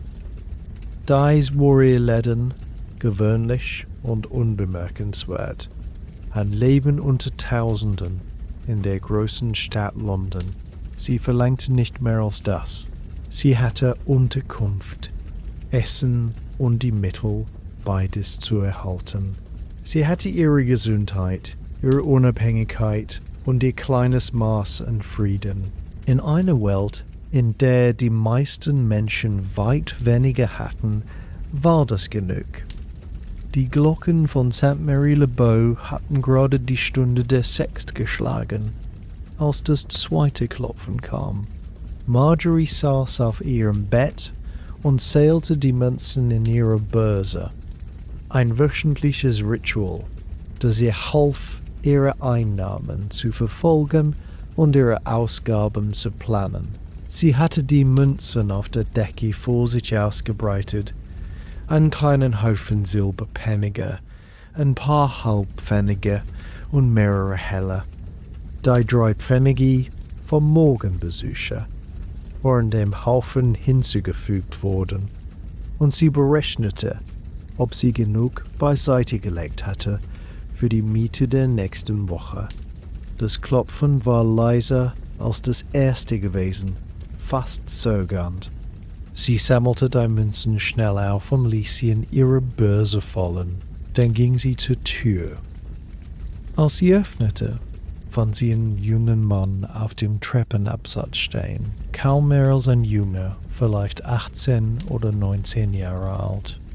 Sein Gesicht war glatt und faltenlos, sein Bart dünn und fleckig. Er trug die Kleidung eines Lehrlings, einen einfachen Kittel aus ungefärbter Wolle, Strümpfe, die in die Knien gestopft worden waren, eine Lederschürze, die ihn als in einem Handwerk arbeitend auswies, der Schutz vor Schmutz oder Funken erforderte. Er würde ihr nicht in die Augen sehen, sein Blick richtete sich irgendwo, über ihre Schulter und seine Hände. Dies war wahrscheinlich sein erstes Mal oder nahe daran. Manche Männer kommen mit Selbstvertrauen zu ihrer Tür, genau wissend, was sie wollten, wie man darum bat. Und kam mit dieser Art nervöser Unsicherheit, ihr Verlangen im Krieg mit Scham oder Angst oder einfacher Unerfahrenheit. Sie machte ihre Stimme sanft, nicht genau warm, aber auch nicht kalt. Sie fragte, ob sie ihm helfen könne, und stammelte etwas davon, dass ihm gesagt worden sei, dass sie vielleicht, das heißt, jemand hatte gesagt. Er verstummte, sein Gesicht rötete sich. Sie trat beiseite und bat ihn, mit einer Geste einzutreten, und er tat es an ihr vorübergehen mit der Unbeholfenheit von jemandem, der sich in seinem eigenen Körper nicht ganz wohl fühlt. Drinnen mit geschlossener Tür wandte sie sich ihm zu und wartete. Er musste zuerst sprechen, sagen, was er wollte. So funktionierten diese Transaktionen, sie würden nicht annehmen, nicht erraten. Er musste fragen, es war eine Kleinigkeit, aber sie zählte. Sie stellte fest, dass das seine Wahl, seine Entscheidung, seine Verantwortung war. Es dauerte einen Moment, bis er seine Worte fand. Als er sie fand, kamen sie in einem Schwall heraus, überstürzten sich gegenseitig. Er hatte seinen Lohn gespart, sagte er. Er arbeitete seit 2 Jahren für seinen Meister und lernte das Bettcherhandwerk. Und er hatte jede Woche ein wenig gespart. Seine Freunde hatten ihm von ihr erzählt, sagten, sie sei sauber und fair in ihren Angelegenheiten. Er wollte, das heißt, er würde gerne. Er hatte noch nie. Sie unterbrach ihn sanft und nannte ihren Preis. 2 Pfennige, die kleine Börse hin herab, und er holte die Münzen herab und hielt sie ihm in einer leicht zitternden Hand hin. Sie nahm sie und spürte die Wärme seiner Handfläche im Silber und legte sie auf den Tisch. Dann begann sie einfach zu erklären, was geschehen würde und was er tun sollte. Die Transaktion selbst war kurz und etwas unbeholfen, wie es bei unerfahrenen Männern oft war. Er war nervös, tappend, entschuldigend. Sie führte ihn mit Geduld durch, ohne ihn zu hetzen oder zu verweilen. Als es vorbei war, zog er sich schnell an, sein Gesicht noch gerötet, und murmelte seinen Dank. Sie sagte ihm, er sei willkommen zurückzukehren, wenn er es wünsche, und er nickte, seine Mütze wieder auf den Kopf drückend, und floh die Treppe hinunter, als würde er verfolgt. Marjorie schloss die Tür hinter ihm und kehrte zum Waschtisch zurück. Sie führte ihre Körperpflege erneut durch. Das kalte Wasser schockierend gegen ihre Haut, trocknete sich dann ab und richtete ihre Kleidung.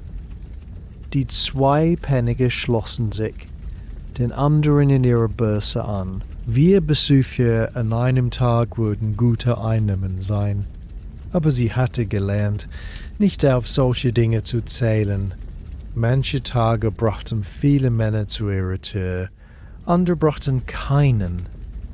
Sie ging zum Fenster und schaute auf die Straße unten. Die Sonne hatte die Wolken kurz durchbrochen und einen blassen Lichtstrahl zwischen den Gebäuden hinuntergeschickt, der den Schlamm und Unrat im Rinnstein beleuchtete. Eine Gruppe von Kindern spielte auf der Straße, jagte einander mit Stöcken, ihre Stimmen hoch und schrill. Ein mit Fesseln beladener Karren arbeitete sich langsam die Straße hinauf, das Pferd gegen das Gewicht ankämpfend, der Karren nebenher gehend. Sie erkannte die Kälte, sie war stundenlang drinnen gewesen. Erst beim Frühstück, dann beim Nähen, dann beim Empfangen von Besuchern.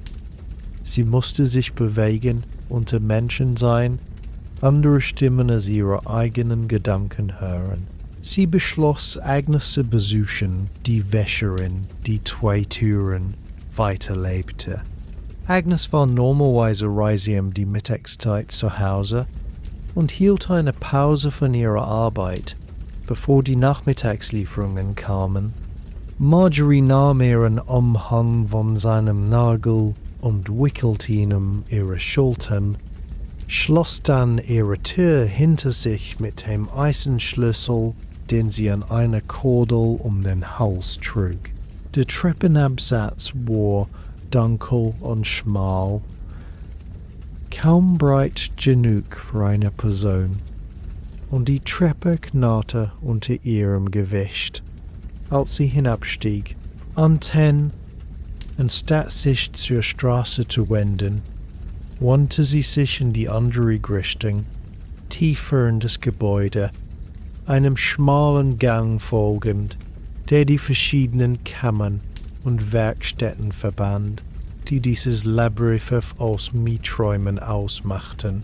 Agnes' Tür war am Ende des Gangs, gekennzeichnet durch den Geruch von Lauge und nassem Tuch, der immer darum hing.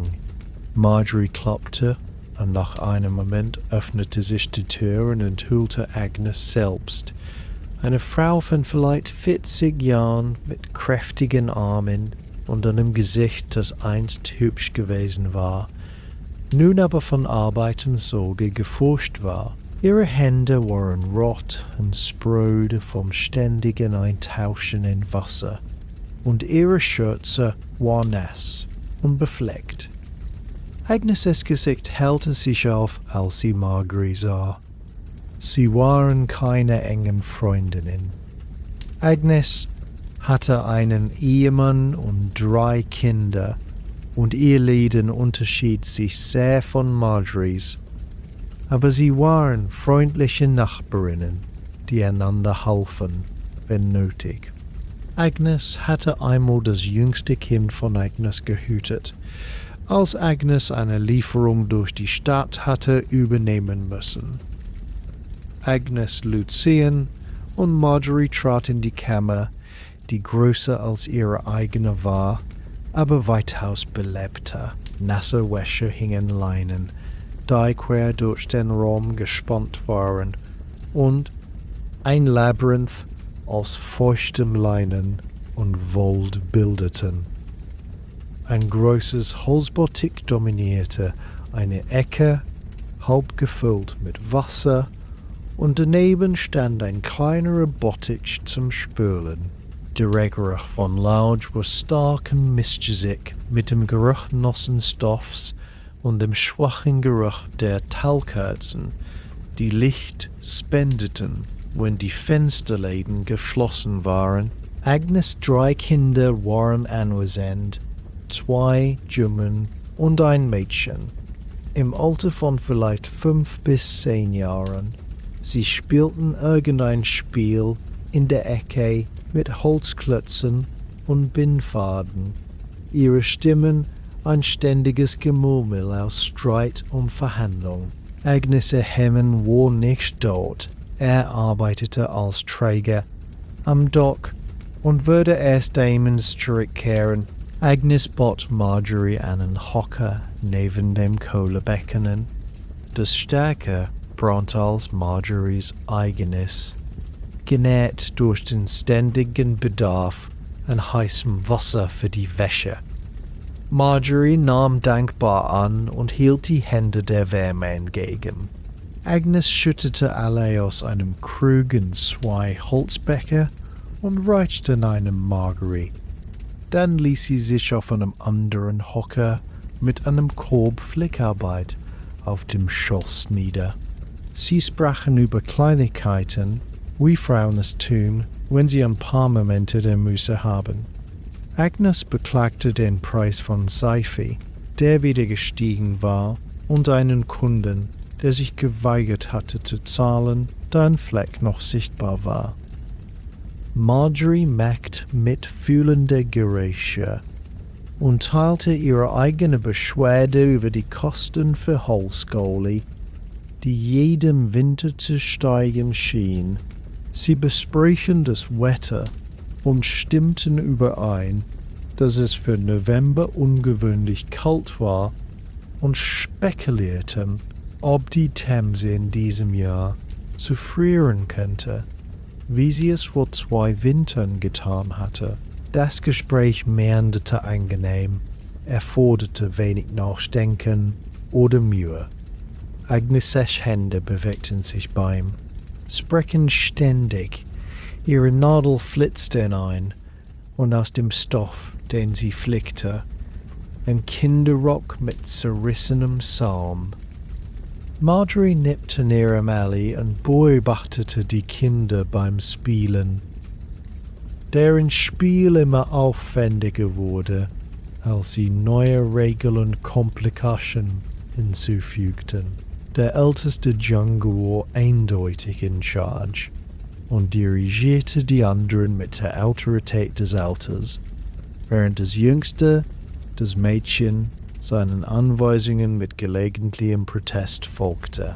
Agnes fragte auf die vorsichtige Art jemanden, der weiß, dass eine Frage unerwünscht sein könnte, ob Marjorie in letzter Zeit beschäftigt gewesen sei. Das war so nah, wie Agnes der Anerkennung dessen kam, was Marjorie für ihren Lebensunterhalt tat. Marjorie verstand die Feinfühligkeit der Frage und antwortete einfach, dass es ihr gut gegangen sei, dass die Arbeit kam und ging, wie es immer der Fall war. Agnes nickte und wechselte das Thema und fragte statt dessen nach der Frau des Bäckers, Alice, die beide Frauen vom Sehen, wenn nicht von der Freundschaft, kannten. Sie tratschten sanft über Alice, über ihre spitze Zunge und ihre Gewohnheit, Kunden unterzugewichten, wenn sie glaubte, damit durchzukommen. Agnes hatte einmal entdeckt, dass sein Leib bei der Heimkehr halb so schwer war, wie er sein sollte, das Innere irgendwie hausgehüllt. Marjorie bezweifelte die Wahrheit dieser Geschichte. Sie schien unpraktisch und nicht wie Alice, die viel war, aber nicht in dieser bestimmten Weise unehrlich. Aber sie hörte zu und machte angemessene Klänge von Überraschung und Missbilligung. Das Gespräch wandte sich anderen Nachbarn zu, dem Schuster, der zu viel trank und seine Frau schlug, der Tochter des Kerzenziehers, die von einem Lehrling eines Tuchhändlers umworben wurde, der alten Frau 3 Straßen weiter, die in ihrem Schlaf gestorben war und von ihrem Vermieter gefunden worden war, als die Miete fällig war. Dies waren die kleinen Dramen des täglichen Lebens, die Geburten und Tode und Heiraten und Streitigkeiten, die das Gewebe der Gemeinschaft bildeten.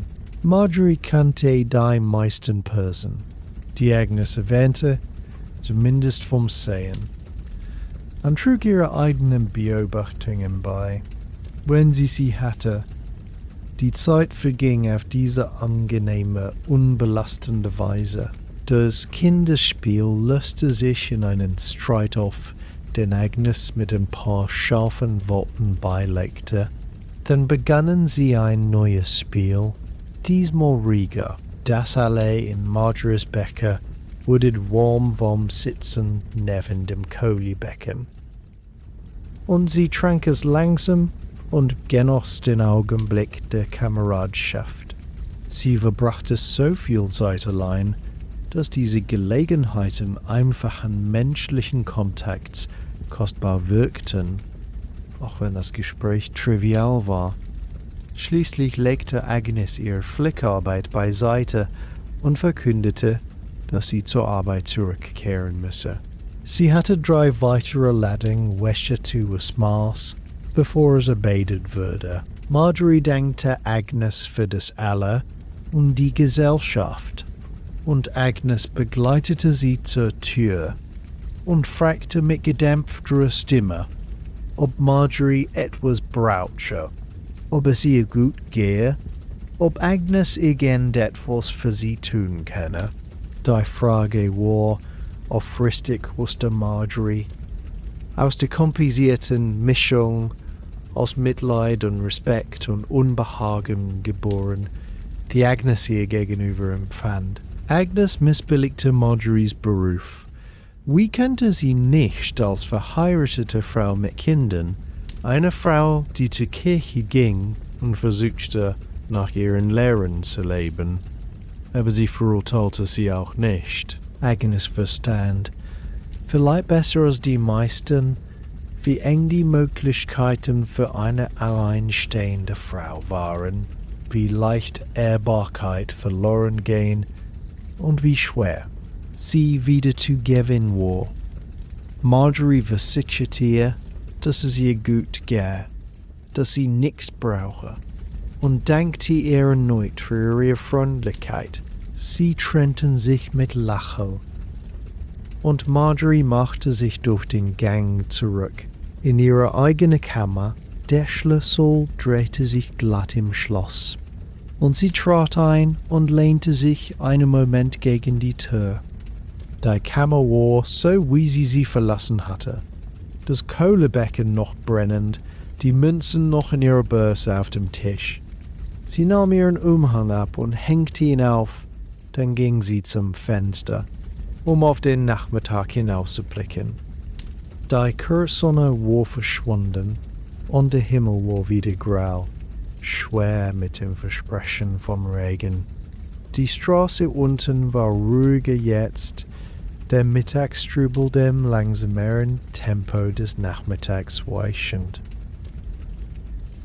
Sie hatte wieder Hunger, erkannte sie. Das Brot und der Käse vom Frühstück waren vorstunden, schon verdaut, und ihr Magen machte seine Bedürfnisse bekannt.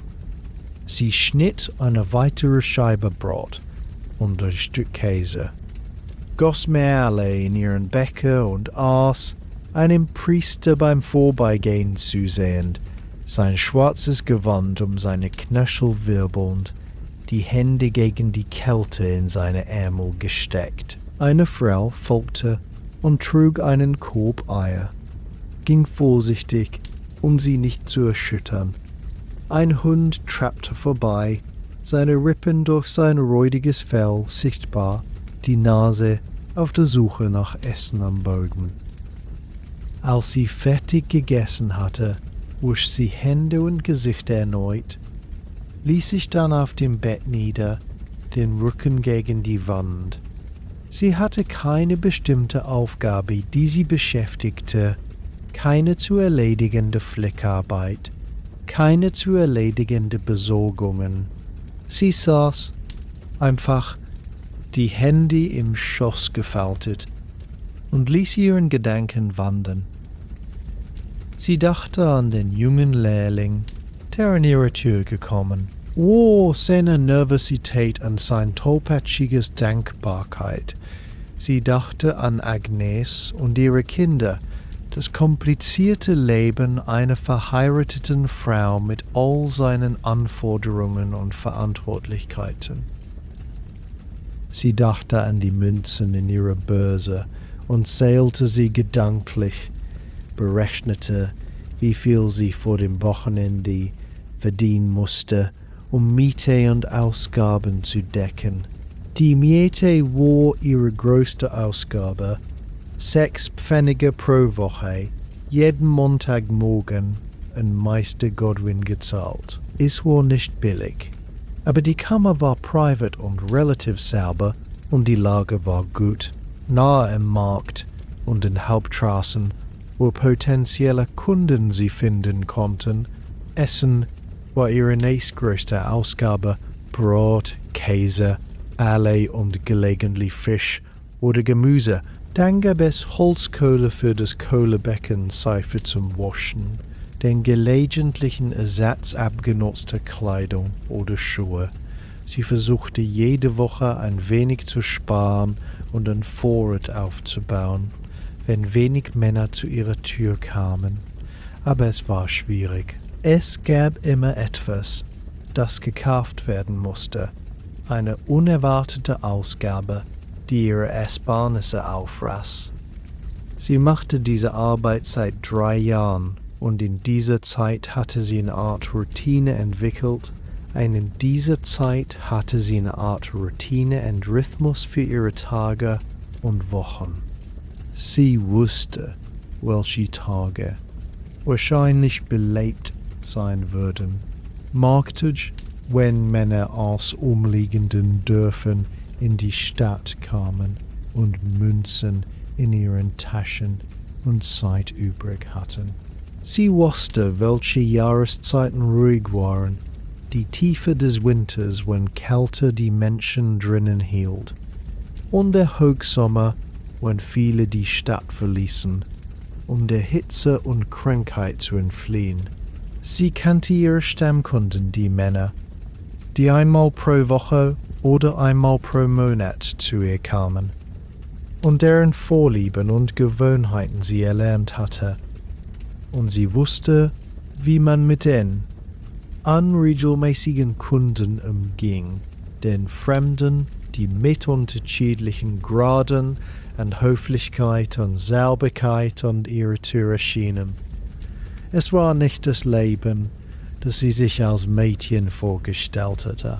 Welches Mädchen stellt sich ein solches Leben vor? Sie war in einem Dorf nördlich von London aufgewachsen, Tochter eines freien Bauern, der Land bearbeitete, das er nicht besaß. Sie hatte erwartet, einen Dorfburschen zu heiraten, Kinder zu gebären und ihr Leben innerhalb weniger Meilen von ihrem Geburtsort zu leben. Aber ihr Vater war gestorben, als sie 15 war, und ihre Mutter hatte ihm innerhalb eines Jahres nachgefolgt. Sie hatte sich allein, ohne Mitgift und ohne Aussichten, wiedergefunden. Eine Tante hatte sie kurzzeitig aufgenommen, aber die Tante hatte ihre eigenen Kinder zu ernähren und konnte sich keinen weiteren Mund leisten. Also war Marjorie in den Dienst gegangen, hatte eine Stelle in einem Kaufmannshaushalt in London gefunden, hatte als Dienstmagd gearbeitet. Sie hatte 10 Jahre in diesem Haushalt verbracht, von 16 bis 26, und es war kein schlechtes Leben gewesen. Die Arbeit war schwer. Reinigen, Coachen, Wasser schleppen, Nachtgeschirre, leeren, aber sie war ernährt und untergebracht und angemessen behandelt worden. Die Kaufmannsfrau war fordert, aber nicht grausam. Und die anderen Dienstboten waren freundlich genug. Sie hätte vielleicht dort bleiben können, bis sie zu alt war zum Arbeiten, hätte vielleicht ihre Tage in einem Winkel des Haushalts verbracht, als Pensionärin, die von der Wohltätigkeit der Familie lebte. Aber dann hatte der Sohn des Kaufmanns sie bemerkt. Er war 20 Jahre alt, frisch von einer Lehrstelle, bei einem Tuchhändler in Cheapside zurückgekehrt, voller Selbstgefälligkeit und Aussichten. Er hatte sie eines Nachmittags in der Vorratskammer in die Enge getrieben und ihr seine Aufmerksamkeit aufgezwungen. Das erste Mal hatte sie ihn abgewehrt, aber er hatte nicht aufgehört, und schließlich hatte sie nachgegeben, nicht aus Verlangen, sondern aus Angst, ihre Stelle zu verlieren.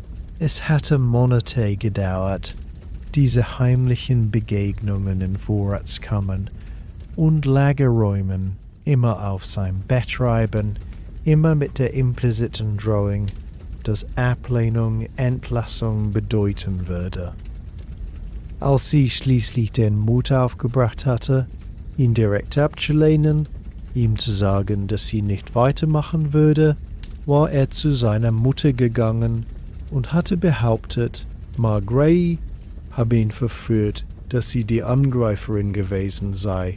Die Kaufmannsfrau hatte ihrem Sohn geglaubt, wie Mütter es tun, und Marjorie war sofort entlassen worden, ohne Referenz, und ohne geschuldeten Lohn. Sie war 29 Jahre alt gewesen, allein in London, ohne Stelle und ohne Aussichten.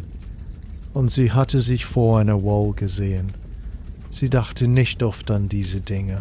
Sie gehörten der Vergangenheit an, einer anderen Version von ihr selbst, und es war kein Gewinn darin, sie zu überdenken. Was zählte, war die Gegenwart, das Leben, das sie in den 3 Jahren seither aufgebaut hatte. Sie hatte überlebt. Sie hatte einen Weg gefunden, unabhängig zu leben, keinem Herrn oder Herrin zu antworten, ihre eigenen Entscheidungen zu treffen. Es war nicht ehrenhaft, aber es war ihres. Ein Klopfen an der Tür unterbrach ihre Gedanken. Sie erhob sich vom Bett und ging, um zu öffnen, und dabei ihren Kittel glättete. Als sie die Tür öffnete, fand sie einen Mann, den sie erkannte, einen ihrer Stammkunden, einen Tuchhändler namens Thomas, der vielleicht einmal im Monat zu ihr kannte. Er war ein Mann mittleren Alters, verheiratet, mit Kindern, wohlhabend genug, sich ihre Dienste ohne Härte zu leisten. Er war immer höflich, immer sauber, immer effizient in seinen Angelegenheiten. Sie begrüßte ihn mit Namen und trat beiseite, um ihn einzulassen. Die Transaktion folgte dem vertrauten Muster. Er fragte nach ihrer Gesundheit. Sie fragte nach seiner. Er zahlte ihr 3 Pfennige, der übliche Betrag, und sie legte die Münzen auf den Tisch. Die Angelegenheit selbst wurde schnell und ohne Aufhebens erledigt. Beide wussten ihre Rollen. Als es vorbei war, zog er sich an und bereitete sich zum Gehen vor, hielt in der Tür inne, um ihr alles Gute zu wünschen. Sie dankte ihm und schloss die Tür hinter ihm, kehrte dann zum Waschtisch zurück, um ihre Körperpflege noch einmal durchzuführen. Der Nachmittag rückte dem Abend entgegen. Das Licht vom Fenster wurde dunkler, der graue Himmel verdunkelte sich zur Dämmerung. Sie fügte mehr Holzkohle zum Kohlebecken hinzu und baute das Feuer gegen die kommende Kälte der Nacht auf. Dann zählte sie die Münzen in ihre Börse erneut, 7 Pfennige jetzt plus der Halbpenny. Wenn sie vor Montag noch 1 oder 2 weitere Kunden hätte, würde sie genug für Miete und Ausgaben haben, mit ein wenig übrig für ihre Ersparnisse. Sie war müde, bemerkte sie, nicht körperlich, erschöpft, aber geistig erschöpft, die Art von Müdigkeit, die aus ständiger Wachsamkeit kommt, aus dem immer Wachsamsein für das Klopfen an der Tür, den Schritt auf der Treppe.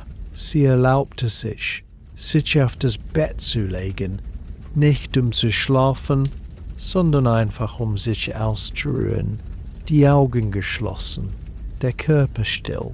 Die Geräusche der Stadt filterten durch die Läden, Stimmen riefen, ein Karren rasselte vorbei, das ferne Bellen eines Hundes. Das Kohlebecken knisterte leise in der Ecke und der Geruch von Holzkohle verfällte die Kammer. Sie muss geduscht haben, denn als sie die Augen wieder öffnete, hatte sich das Licht verändert, noch dunkler geworden. Die Glocken läuteten Vesper und markierten das Ende des Arbeitstages. Sie setzte sich auf, einen Moment desorientiert, dann erinnerte sie sich, wo sie war und welcher Tag es war. Mittwoch, Mitte der Woche, noch 3 Tage bis die Miete fällig war. Sie erhob sich und ging zum Fenster und öffnete die Läden, um auf die Straße hinaus zu blicken. In einigen Läden unten wurden Laternen angezündet, ihre Flammen hinter Hornscheiben flackernd, Menschen machten sich auf dem Heimweg von der Arbeit, ihre Gestalten dunkel gegen das nachlassende Licht. Die Temperatur war gefallen, und sie konnte ihren Atem wie Dampf in der Luft sehen. Sie schloss die Läden wieder und wandte sich der Kammer zu. Das Kohlebecken brauchte mehr Holzkohle, und sie fügte sie hinzu und beobachtete die Flammen auffangen und sich ausbreiten. Dann schenkte sie sich mehr Allee ein und trank es langsam neben dem Kohlebecken stehend und die Wärme in ihre Knochen einziehen lassend. Ihr Magen war nicht vor dem Schlaf wesentlich. Vielleicht würde sie morgen einen Topf machen, eine richtige Mahlzeit aus Gemüse und Korn, die mehrere Tage anhalten würde.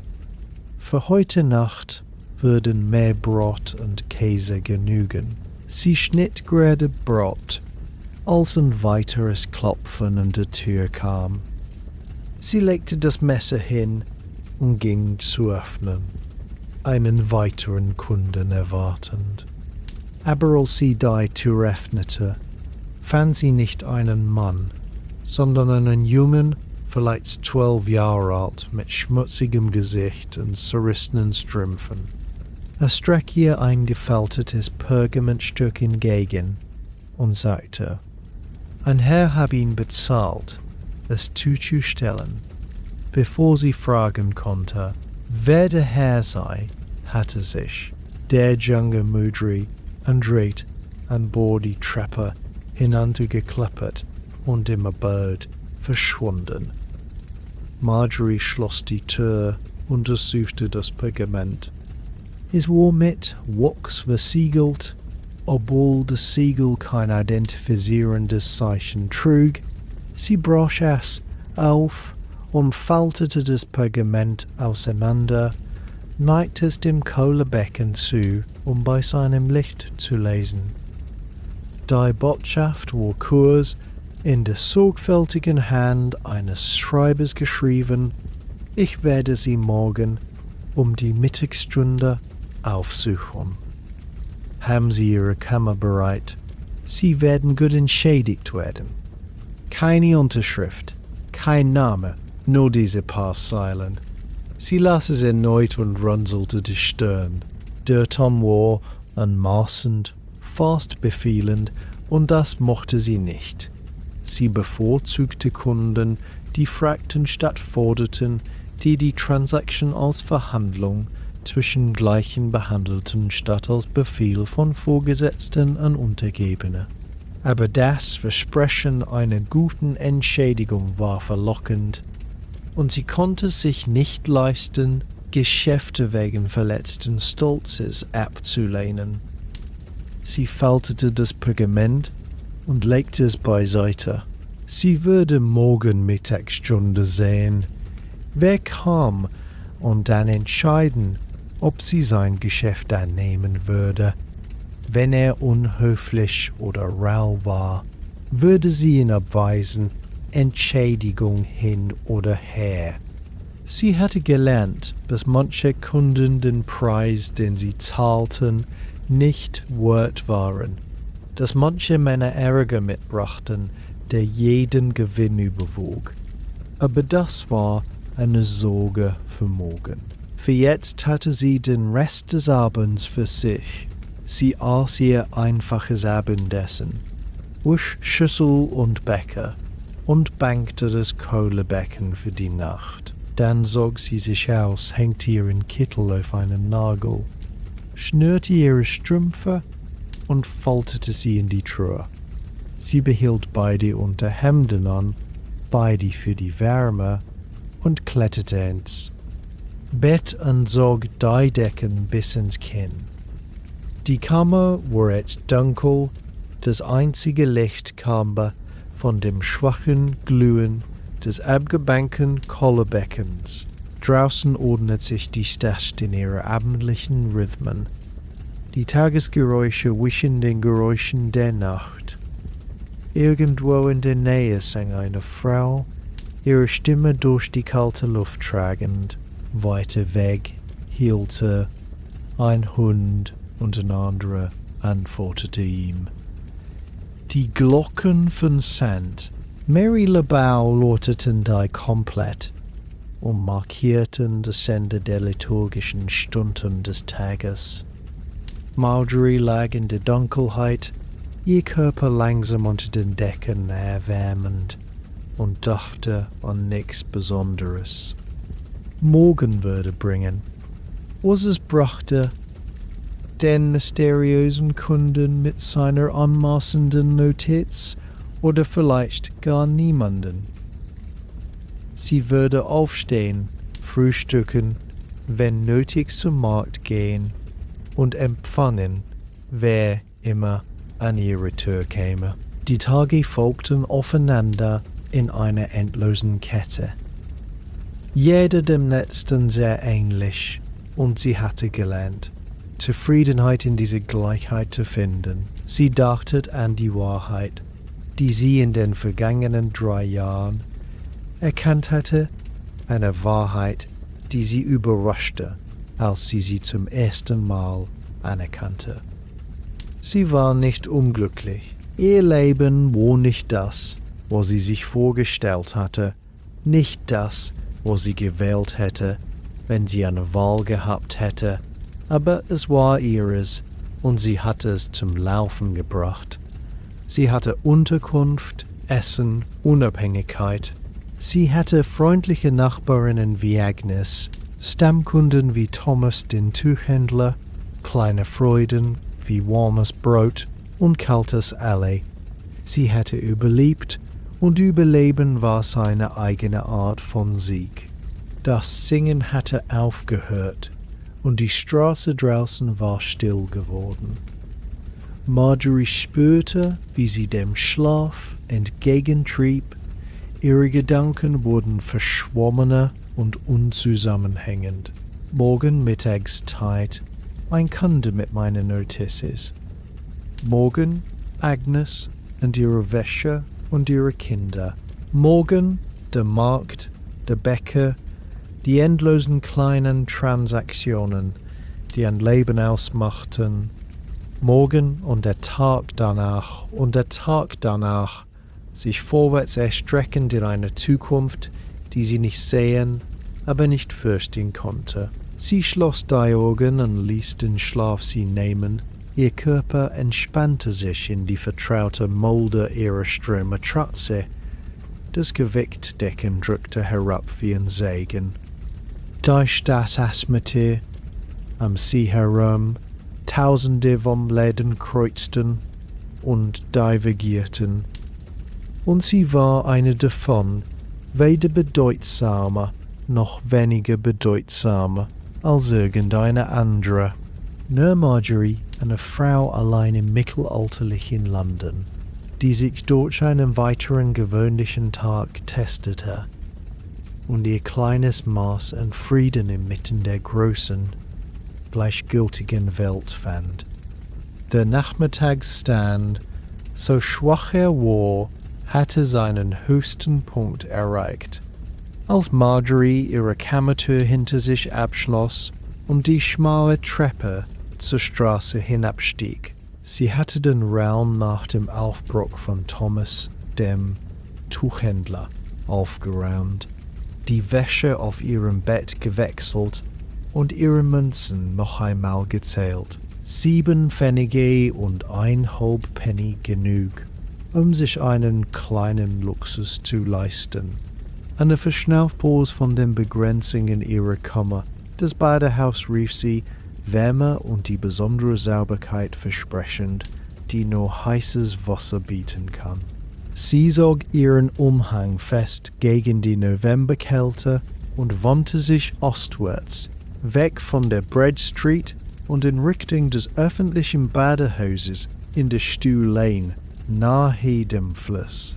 Der Spaziergang würde etwa eine Viertelstunde dauern, und sie bewegte sich mit Absicht durch Straßen, die ihr in 3 Jahren in diesem Teil der Stadt vertraut geworden waren. Vorbei an der Bäckerei, wo der Duft vom Brot trotz der Nachmittagsstunde noch in der Luft hing. Vorbei am Schuster, wo der Meister in seiner Tür saß und ein Stück Leder mit seiner Ahle bearbeitete. Sein Atem in der Kälte dampfte, wobei in der Taverne an der Ecke, aus der das Stimmengemurmel von Männern mit dem Nachmittagsverkehr eines Arbeitstages kam. Karren ratterten wobei, ihre Räder auf dem Kopfsteinpflaster klapperten und mit Fässern oder Säcken oder gebündelten Waren beladen Warenlehrling eilten auf Besorgungen für ihre Meister die Arme voller Pakete oder die Hände an den Leimen von Lasttieren. Frauen trugen Körbe mit Wäsche oder Einkäufen, die Köpfe gegen den Wind gebeugt, der zwischen den Gebäuden hindurchtrieb. Ein Priester ging langsam und las aus einem kleinen Stundenbuch. Seine Lippen bewegten sich lautlos. Zwei Männer in der Livery der Mercers Guild standen vor einem Laden und sprachen, ihre feinen Wollumhänge sie als wohlhabende Männer ausweisend. Marjorie hielt sich an der Seite der Straße mit den schlimmsten Schlamm und Unrat, der sich im mittleren Rinnstein sammelte. Ihre holzbesohlten Schuhe schützten ihre Füße vor dem Schlimmsten davon, aber sie musste immer noch ihren Weg sorgfältig um Pfützen und Haufen Pferdemist navigieren.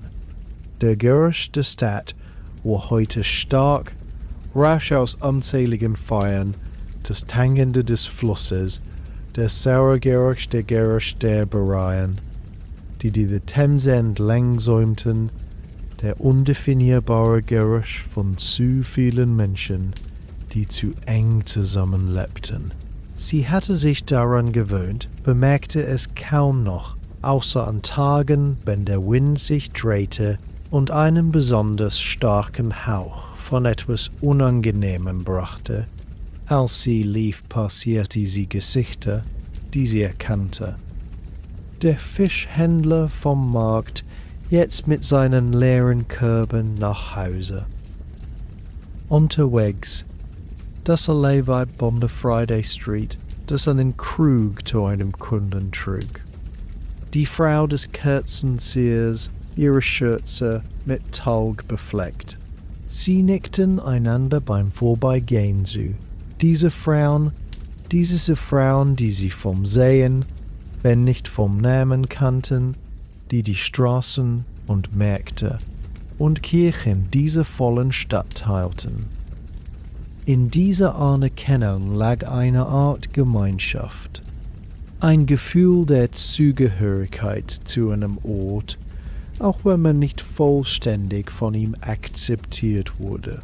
Das Badehaus stand in einer Gasse, die zum Fluss hinunterführte, ein solides Fachwerkgebäude mit Ziegeldach und geschlossenen Fensterläden, aus denen gelegentlich Dampf entwich. Ein jämmertes Schild hing über der Tür und zeigte eine Holzwand mit einer darin sitzenden Figur. Das universelle Symbol eines Badehauses, auch für jene erkennbar, die nicht lesen konnten. Marjorie stieß die Tür auf und trat ein, sofort von Wärme und Feuchtigkeit umhüllt. Der Eingangsraum war klein und dämmerig, beleuchtet von einigen Talgachsen, die in ihren Hauten flackerten. Eine Holztheke trennte den Eingang vom Inneren, und dahinter saß die Badehausbesitzerin, eine stämmige Frau namens Beatrice, mit eisengrauem Haar und einem Gesicht, das durch ständige Einwirkung von Dampf gerötet war. Beatrice blickte vom Kontobuch auf, das sie markierte, und nickte in Anerkennung. Marjorie war keine regelmäßige Patrouille, die Kosten verhindern häufige Besuche, aber sie kam oft genug, um bekannt zu sein. Der Preis war ein Pfennig für die Benutzung des Badis und ein weiterer Halbpenny für Seife und ein Trockentuch. Marjorie teilte die Münzen ab und legte sie auf den Tresen. Beatrice weckte sie in einer Holzschachtel, rief dann nach ihrer Tochter, einem Mädchen von vielleicht 14 Jahren, Marjorie zum Frauenbedehren zu. Führend sie passierten einen engen Gang, die Wände feucht vor Kondensation, die Luft bei jedem Schritt wärmer und feuchter werdend. Das Geräusch von platschendem Wasser und Frauenstimmen wurde lauter und hollte von den Holzwänden weiter. Das Mädchen stieß seine Tür auf und trat beiseite, und Marjorie trat in den Baderaum. Es war ein großer Raum, vielleicht 6 Meter im Quadrat, mit einer hohen Decke, von der Dampf aufstieg und sich in Wolken sammelte. 3 große Holzwannen belegten die Mitte des Raumes, jede groß genug für 2 oder 3 Personen. Und die Ränder herum waren Bänke, auf denen Betende sich vorbereiten konnten. Die Wannen waren mit Wasser gefüllt, das sanft dampfte durch ein System von Rohren erhitzt, die unter dem Boden verliefen und mit einem Ofen im Keller verbunden waren. Es war eine geniale Anordnung, die es dem Badehaus ermöglichte, heißes Wasser bereitzustellen, ohne die ständige Arbeit des Heißens über Feuer. 2 der Wannen waren belegt. In einer saß eine ältere Frau allein, ihr graues Haar los an die Schultern, die Augen in Zufriedenheit geschlossen. In der anderen wuschen 2 jüngere Frauen, vielleicht Schwestern nach ihren ähnlichen Gesichtszügen, gegenseitig das Haar und lachten über irgendeinen privaten Witz. Sie sahen auf, als Marjorie eintrat, ihre Blicke neugierig, aber nicht unfreundlich. Dann wandten sie sich wieder zu ihrer geringen Aufgabe zu. Das Mädchen, das Marjorie geführt hatte, reichte ihr ein Stück Seife, rau und grau, aus Larch und Talg hergestellt, aber wirksam, und ein Stück Leinen zum Trocknen. Dann verließ es den Raum und schloss die Tür hinter sich. Marjorie ihren Waschungen überlassend. Marjorie bewegte sich zu einer der Bänke und begann sich auszuziehen, legte ihre Kleidung sorgfältig ab und stellte sie auf die Bank. Die dritte Wand wartete, leer und einladend. Sie näherte sich ihr und testete das Wasser mit der Hand. Es war heiß, fast so heiß, aber nicht verbrühend. Sie stieg vorsichtig ein, einen Fuß und dann den anderen, keuchte leicht, als die Wärme ihre Beine umhüllte. Die Wärme war tief genug, dass das Wasser beim Sitzen bis zu ihren Schultern reichte, und sie ließ sich langsam nieder und ließ ihren Körper sich an die Temperatur gewöhnen. Die Empfindung war herrlich. Die Hitze drang in ihre Muskeln und löste eine Anspannung, die sie nicht gewusst hatte, dass sie trug. Ihre Haut kribbelte, dann entspannte sich, und sie spürte den angesammelten Schmutz und Schweiß der vergangenen Tage sich aufzuweinen, Tage sich aufzuweichen und aufzulösen. Sie lehnte sich gegen die Seite der Wanne zurück, den Kopf auf dem Holzrand ruhend, und schloss die Augen. Einen Moment existierte sie einfach in der Wärme und dachte an nix, spürte nur die Umarmung des Wassers.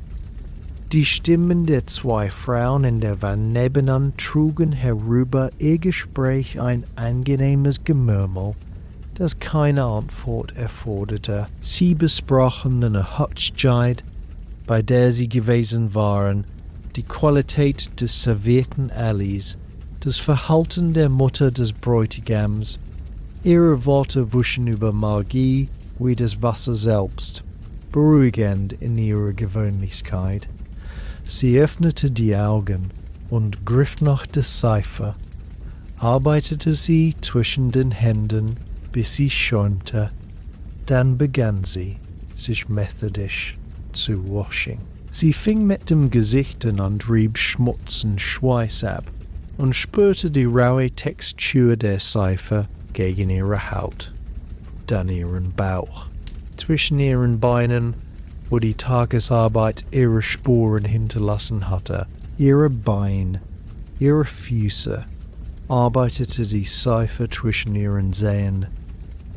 Sie tauchte den Kopf unter Wasser und arbeitete die Seife durch. Ihr Haar, ihre Finger massierten ihre Kopfhaut und lösten den Schmutz und das Öl, das sich seit ihrem letzten Waschen angesammelt hatte. Als sie überzeugt war, sauber zu sein, spülte sie sich ab, indem sie sich wiederholt unter Wasser tauchte, den Atem anhielt und die Wärme sie vollständig umhüllen ließ. Jedes Mal, wenn sie auftauchte, fühlte sie sich leichter, sauberer, mehr sie selbst. Das Wasser in der Wanne hatte sich durch den Schmutz, den sie abgewaschen hatte, leicht grau gefärbt, war aber noch warm und einladend. Sie lehnte sich wieder zurück und gönnte sich noch ein paar weitere Minuten einfachen Vergnügens. Die ältere Frau in der ersten Wanne war herausgeklettert und trocknete sich mit brüsker Effizienz ab. Ihre Bewegungen, die jemanden, der gewohnt ist, allein zu baden. Sie zog sich schnell an und verließ den Raum mit einem Nicken an den Raum im Allgemeinen.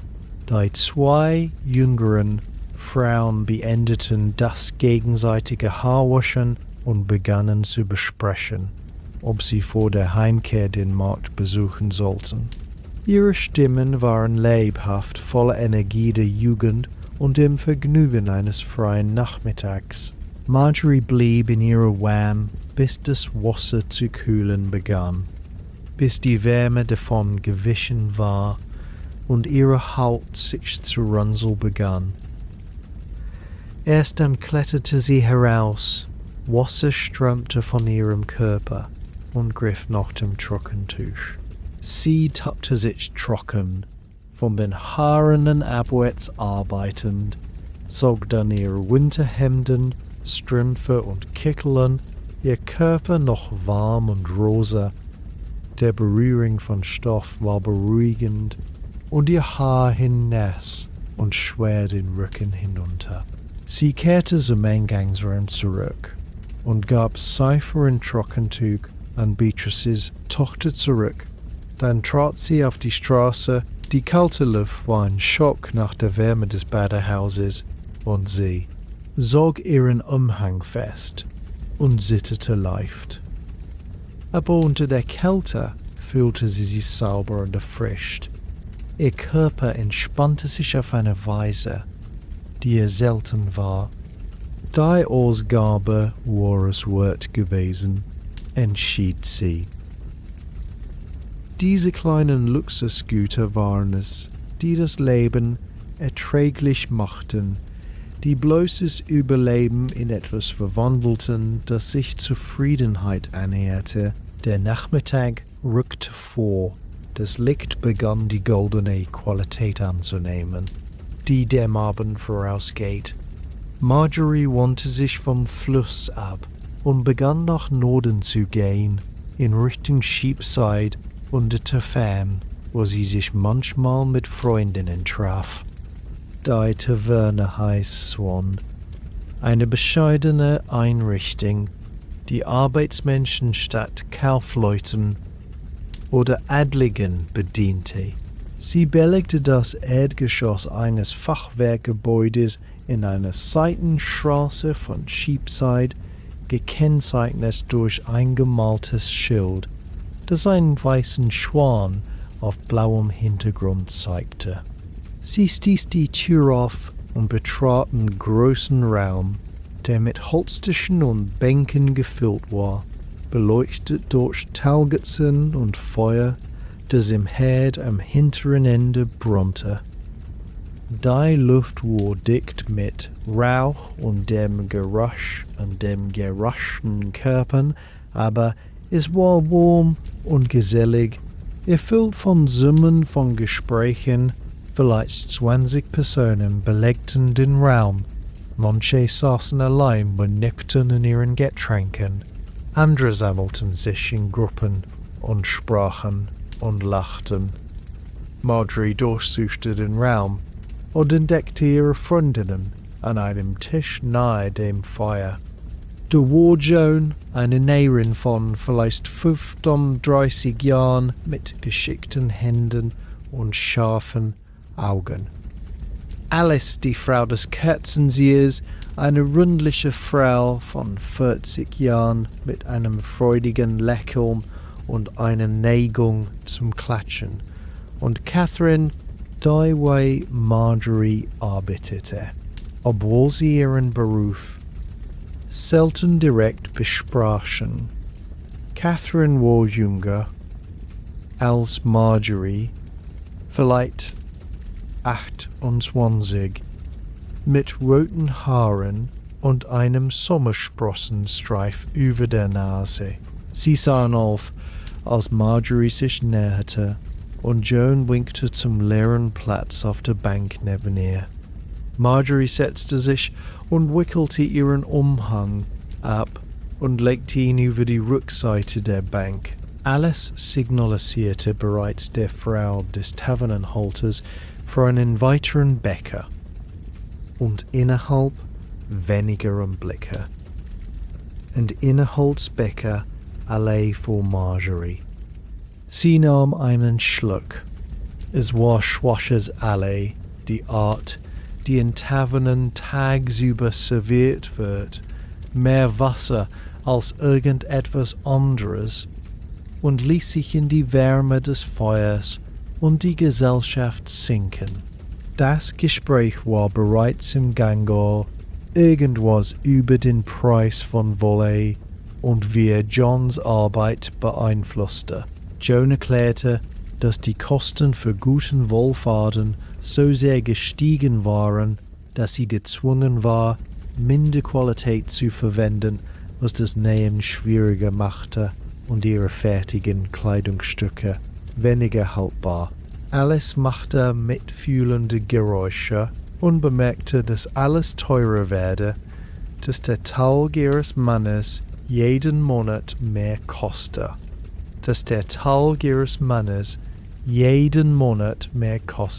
Marjorie hörte zu und trug den gelegentlichen Kommentar über die Kosten für Holzkohle oder Brot bei.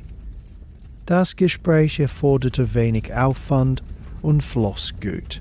Es war eine Art Gespräch, das Frauen seit Jahrhunderten geführt hatten, das sie noch Jahrhunderte weiterführen würden. Die ewigen Sorgen gewöhnlicher Menschen, die sich durch die Welt zu schlagen versuchten. Catherine erwähnte, dass sie gehört hatte, der Bäcker in der Bread Street denke daran, seine Preise wieder zu erhöhen, und Marjorie bestätigte, dass sie dasselbe Gerücht gehört hatte. Alice fragte laut nach, ob es sich lohnte, zu einem anderen Bäcker zu gehen, weiter weg, aber vielleicht günstiger, und Joan wies darauf hin, dass die beim Laufen verbrachte Zeit jeden Ersparnis ausgleichen würde. Sie alle stimmten überein, dass das wahrscheinlich stimmte, dass man einfach steigende Preise als Tatsache des Lebens akzeptieren müsse. Das Gespräch wandte sich dem Klatsch zu wie so oft. Alice hatte gehört, dass die Frau des Tuchhändlers in der Friday Street sich mit dem Lehrling ihres Mannes einließ, dass sie in Umständen zusammengesehen worden waren, die auf mehr als eine berufliche Beziehung hindeuteten. Joan bezweifelte dies, die Frau des Tuchhändlers war bekannt dafür, fromm, streng zu sein. Aber Alice bestand darauf, dass ihre Quelle zuverlässig sei. Catherine schlug vor, dass die Frau des Tuchhändlers vielleicht einfach nett zum Lehrling war, der weit von zu Hause und einsam war, aber Alice schüttelte wissend den Kopf und sagte, Freundlichkeit erkläre nicht die Art, wie sie einander ansahen. Marjorie nickte in ihrem Alley und ließ das Gespräch über sich hinwegwaschen. Sie hatte keine Meinung zur Frau des Tuchhändlers und dem Lehrling, hatte keinen von ihnen je getroffen, und es war ihr nicht besonders wichtig, ob das Gerücht wahr war. Aber sie genoss den Klang der Stimmen ihrer Freundinnen, das leichte Hin und Her ihrer Diskussion, die Art, wie sie auf den Beobachtungen und Spekulationen des anderen aufbauten. Es war Gesellschaft, und Gesellschaft tat ihr gut. Joan wandte das Gespräch dem Wetter zu und bemerkte, dass es für November ungewöhnlich kalt gewesen war, dass sie Vorhersagen eines harten Winters gehört hatte. Alice stimmte zu und sagte, dass ihr Mann bereits extra Tage in Erwartung einer erhöhten Nachfrage nach Kerzen in den langen, dunklen Monaten angelegt hatte. Catherine fragte, ob die Wärme in diesem Jahr wieder einfrieren würde wie vor 2 Wintern, und sie alle stimmten überein, dass eine gefrorene Themse sowohl schön als auch unbequem war, schön anzusehen mit dem Eis, das sich vom Ufer zu Ufer erstreckte, aber unbequem für die Händler, die auf den Flussverkehr angewiesen waren, um ihre Waren zu bewegen. Das Gespräch mandete weiter und berührte ein Dutzend verschiedene Themen, ohne lange bei einem zu verweilen. Sie besprachen den neuen Priester bei St. Mary le Bow, der ja mundgut aussehen sein und zu langen Predigten neigen sollte. Sie besprachen die Ratten, die in zunehmender Zahl in der Nähe der Kornlager gesehen worden waren, und ob die Stadtbehörden etwas dagegen unternehmen würden. Sie besprachen eine Frau, die sie alle etwas kannten und die in der Vorwoche bei der Geburt gestorben war und 4 Kinder und einen Mann hinterlassen hatte, der als Träger arbeitete. Dieses letzte Thema ernüchterte sie alle. Geburt war gefährlich. Wussten sie alle, eine der großen Gefahren des Frauseins. Alice hatte 6 Kinder geboren und 2 im Säuglingsalter verloren. Joan hatte nie geheiratet und nie Kinder geboren, aber sie hatte genug Geburten als Nachbarin und Freundin beigewohnt, um die Risiken zu kennen. Catherine und Marjorie, durch die Art ihrer Arbeit, verhinderten Schwangerschaften mit Wissen, das unter Frauen weitergegeben wurde, die sich Schwangerschaften nicht leisten konnten, aber sie waren nicht immun gegen die Angst, die alle Frauen im gebärfähigen Alter heimsuchte. Sie saßen einen Moment in Stille, jede in ihre eigenen Gedanken versunken. Dann schüttelte Alice sich und erklärte, dass sie nicht bei traurigen Dingen verweilen sollten, dass das Leben hart genug war, ohne sich Sorgen, aus Juli hin. Sie rief nach mehr alle, und als es kam, hob sie ihren Becher und schlug einen Toast auf Gesundheit und Freundschaft vor. Sie alle hoben ihre Becher und tranken, und die Stimmung hellte sich wieder auf. Joan begann eine Geschichte über einen Kunden zu erzählen, der ein Kleid in Auftrag gegeben und dann 3-mal seine Meinung über die Farbe geändert hatte und jedes Mal von Joan verlangte, die gesamte Kleidung aufzutrennen und neu zu nähen. Die Geschichte wurde mit Homer erzählt. Joan imitierte die affektierte Stimme und übertriebenen Gesten der Kundin, und sie alle lachten.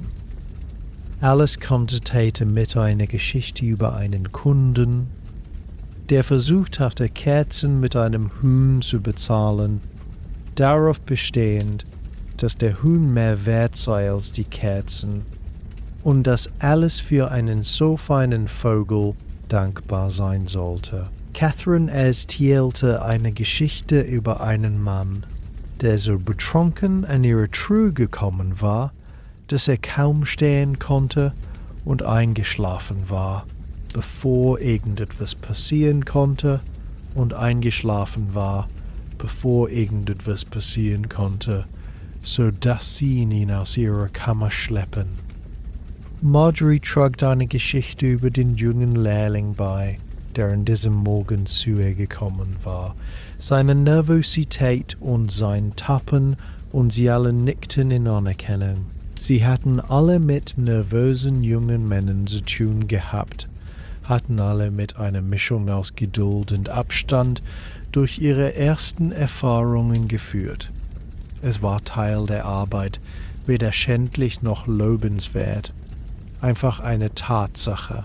Der Nachmittag rückte vor, das lichte Fenster dunkler werdend, als die Sonne sich dem Horizont näherte. Die Taverne füllte sich mit mehr Menschen, als Arbeiter ihren Tagesablauf beendeten und vor dem Nachhausegehen alle anhielten. Der Lärmpegel stieg. Stimmen konkurrierten miteinander. Gelächter brach aus verschiedenen Ecken des Raumes aus. Das Feuer im Herd wurde aufgebaut und schickte Funken den Schornstein hinauf. Und die Wärme wurde fast erdrückend. Marjorie spürte, wie sie sich auf eine Weise entspannte, die sie in ihrer Kammer selten tat. Hier umgeben von Freunden und Fremden, erwärmt durch Allee und Feuer, konnte sie für eine Weile die einsame Natur ihres Lebens vergessen. Sie konnte einfach eine Frau unter vielen sein, die an den gemeinsamen Erfahrungen von Arbeit und Wetter und den kleinen Dramen des Nachbarschaftslebens teilhatte. Es war eine Art Zugehörigkeit, vorübergehend und bedingt, aber real. Alice erzählte eine weitere Geschichte, diesmal über ihren jüngsten Sohn, der in einen Kampf mit dem Jungen des Nachbarn über einen Holzkreisel geraten war. Der Kampf hatte sich eskaliert, bis beide Jungen im Schlamm rollten, und Alice hatte sie trennen und ihren Sohn an seinem Ohr nach Hause marschieren müssen. Sie erzählte die Geschichte mit Verdruss und Zuneigung, und sie alle lächelten, sogar jene wie Marjorie und Catherine, die keine eigenen Kinder hatten. Kinder waren ein Teil des Lebensgewebs, ihre Eskapaden und ihr Fehlverhalten eine unerschöpfliche Quelle von Geschichten und Beschwerden. Joan erwähnte, dass sie die Prozession des Bischofs am vergangenen Sonntag durch Cheapside gesehen hatte, all die Geistlichen in ihren prächtigsten Gewändern. Der Bischof selbst auf einem weißen Pferd reitend. Alice sagte, sie habe sie verpasst, dass sie zu Hause bei einem kranken Kind gewesen sei, und bedauere, sie nicht gesehen zu haben. Catherine sagte, sie habe sie gesehen, sei aber nicht beeindruckt gewesen. All diese Reichtum diese Zeremonie, während gewöhnliche Menschen darum kämpften, sich zu ernähren, erschien ihr falsch. Dies löste eine Kursdiskussion über die Kirche und ihre Rolle in ihrem Leben. Als Joan verteidigte die Kirche und sagte, dass sie Trost und Struktur biete, dass die Rituale und Zeremonien sie mit etwas verbänden, das größer als sie selbst sei. Alice stimmte zu und fügte hinzu, dass die Kirche die Armeen und Kranken versorge, dass die Kloster und Krankenhäuser wichtige Arbeit leisteten. Catherine blieb skeptisch und wies darauf her. Catherine blieb skeptisch und wies darauf hin, einzog, dass die Kirche außer zum Gebühren einzog, dass sie wohlhabend wurde, während ihre Pfarrergierigen arm blieben. Marjorie hörte zu, trug aber nichts bei. Ihre Beziehung zur Kirche war kompliziert. Sie besuchte sonntags die Messe, beichtete ihre Sünden, wenn Schuld sie bewegte, aber sie erwartete nicht, dass die Kirche sie billigte oder für sie sorgte. Sie war einfach da, eine Präsenz in ihrem Leben wie das Wetter oder der Fluss. Das Gespräch verschob sich erneut, diesmal auf das bevorstehende Fest des heiligen Andreas, das am Monatsende fallen würde. Alice plant, besondere Käsen für die Kirche zu machen, dicker und feiner als ihr übliches Sortiment, und hoffte, sie zu einem guten Preis verkaufen zu können. Joan war beauftragt worden, ein neues Altartuch zu machen, ein Projekt, das sie wochenlang beschäftigen würde. Catherine sagte, sie werde wahrscheinlich durch den Festtag arbeiten. Männer kamen, und sie konnte sich nicht leisten, Geschäfte abzuweisen. Marjorie erwähnte, dass sie vielleicht am Festtag den Markt besuchen würde, dass es dort normalerweise besondere Speisen gab, Leckereien, die zu anderen Zeiten nicht erschienen. Alice empfahl einem bestimmten Händler, der Honigkuchen verkaufte, und Joan schlug vor, dass sie sich alle nach der Messe in der Taverne treffen sollten, um gemeinsam eine Mahlzeit zu teilen. Sie einigten sich auf diesen Plan mit dem Verständnis, dass Umstände vielleicht einer oder mehrere daran hindern könnten, zu erscheinen. Das Leben war unvorhersehbar und Pläne wurden gemacht, um gebrochen zu werden. Das lichte Fenster hatte sich zur Dunkelheit verblasst, und die Frau des Tavernenhalters bewegte sich durch den Raum und zündete mehr Kerzen an. Die Menge hatte sich etwas gelichtet, als einige Gäste aufbrachen, aber andere waren gekommen, um deren Plätze einzunehmen.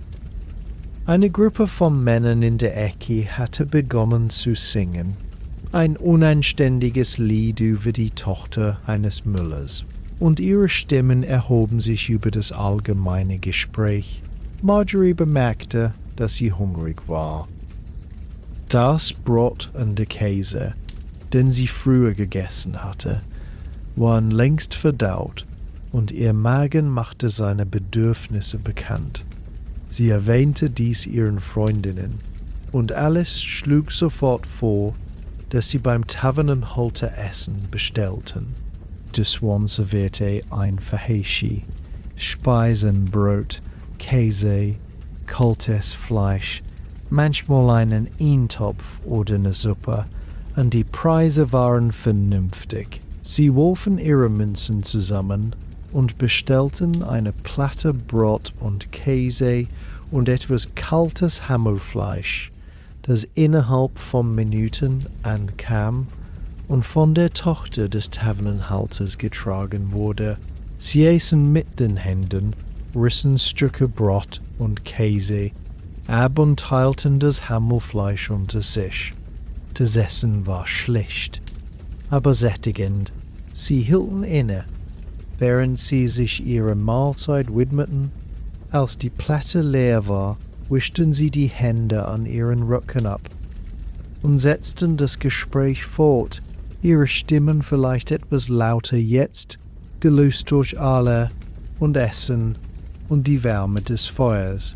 Catherine erwähnte, dass sie in einen anderen, in einen anderen Raum dachte umzuziehen, dass ihr aktueller Vermieter die Miete erhöhte und sie sich das nicht leisten konnte.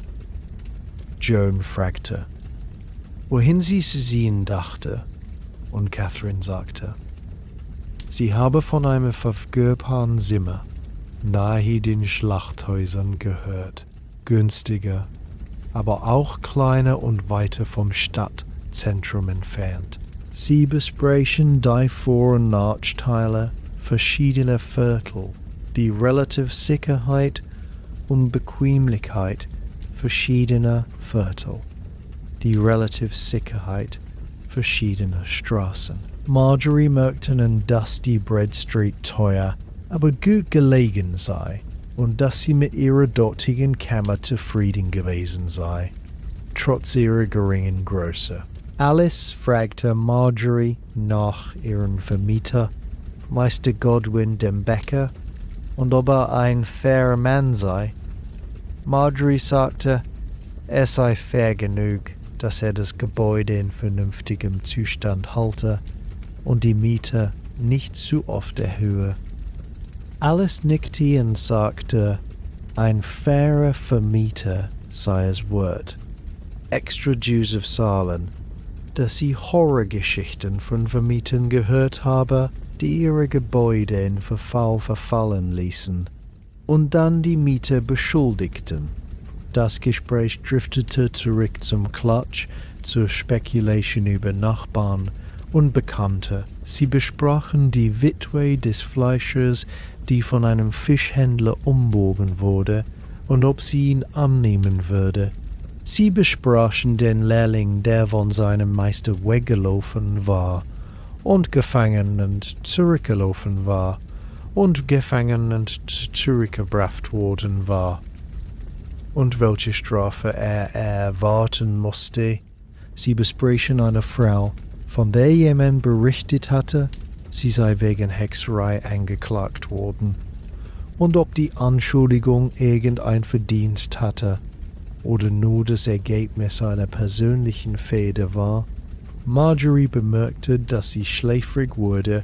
Die Kombination aus dem Bad, dem Alley, dem Essen und der Wärme des Feuers ließ ihre Lider schwer werden.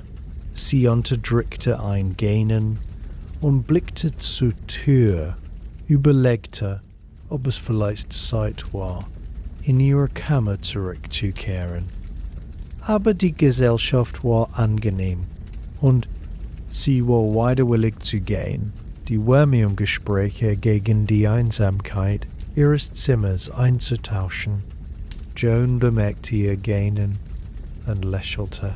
Sie sagte, dass sie sich auch müde fühle, dass sie morgen früh anfangen müsse und wahrscheinlich nach Hause gehen sollte.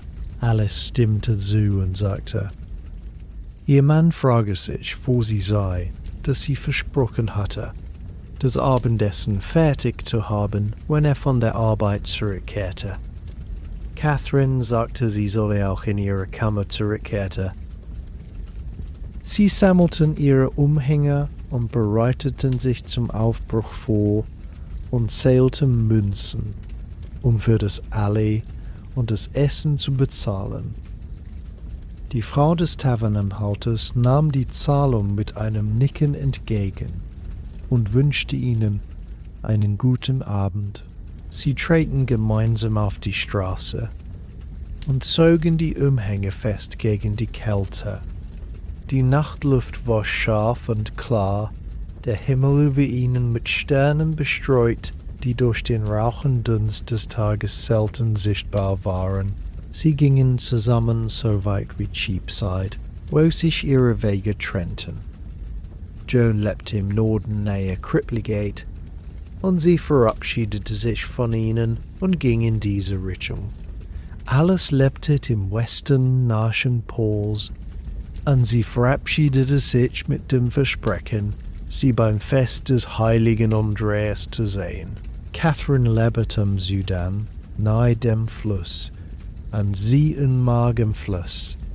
Und sie mag ihn noch ein paar Minuten zusammen, bevor Catherine in eine Seitenstraße abbog und winkte. Marjorie ging allein weiter und bahnte sich ihren Weg zurück. Zur Bread Street dort Straßen, die dunkel und meist leer waren. Einige Gestalten bewegten sich in den Schatten, Nachkaufssammler, Bettler, die Unterkunft suchten, Männer, die spät von Tavernen zurückkehrten.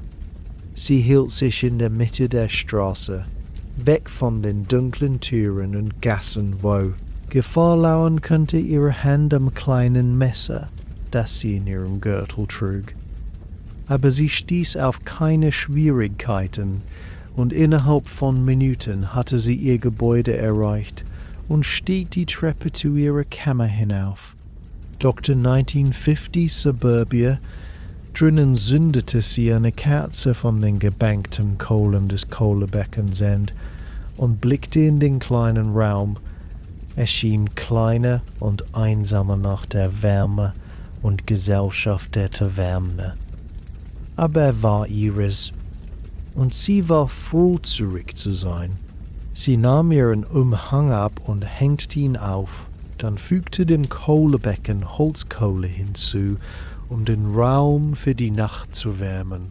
Sie schenkte sich einen kleinen Becher Allee aus dem Krug auf dem Tisch ein und saß auf der Bettkante und nippte langsam daran. Der Tag war ein guter gewesen, überlegte sie. Sie hatte genug verdient, um ihre Ausgaben zu decken, hatte gebadet und sich sauber gefühlt, hatte Zeit mit Freundinnen verbracht und eine Mahlzeit geteilt.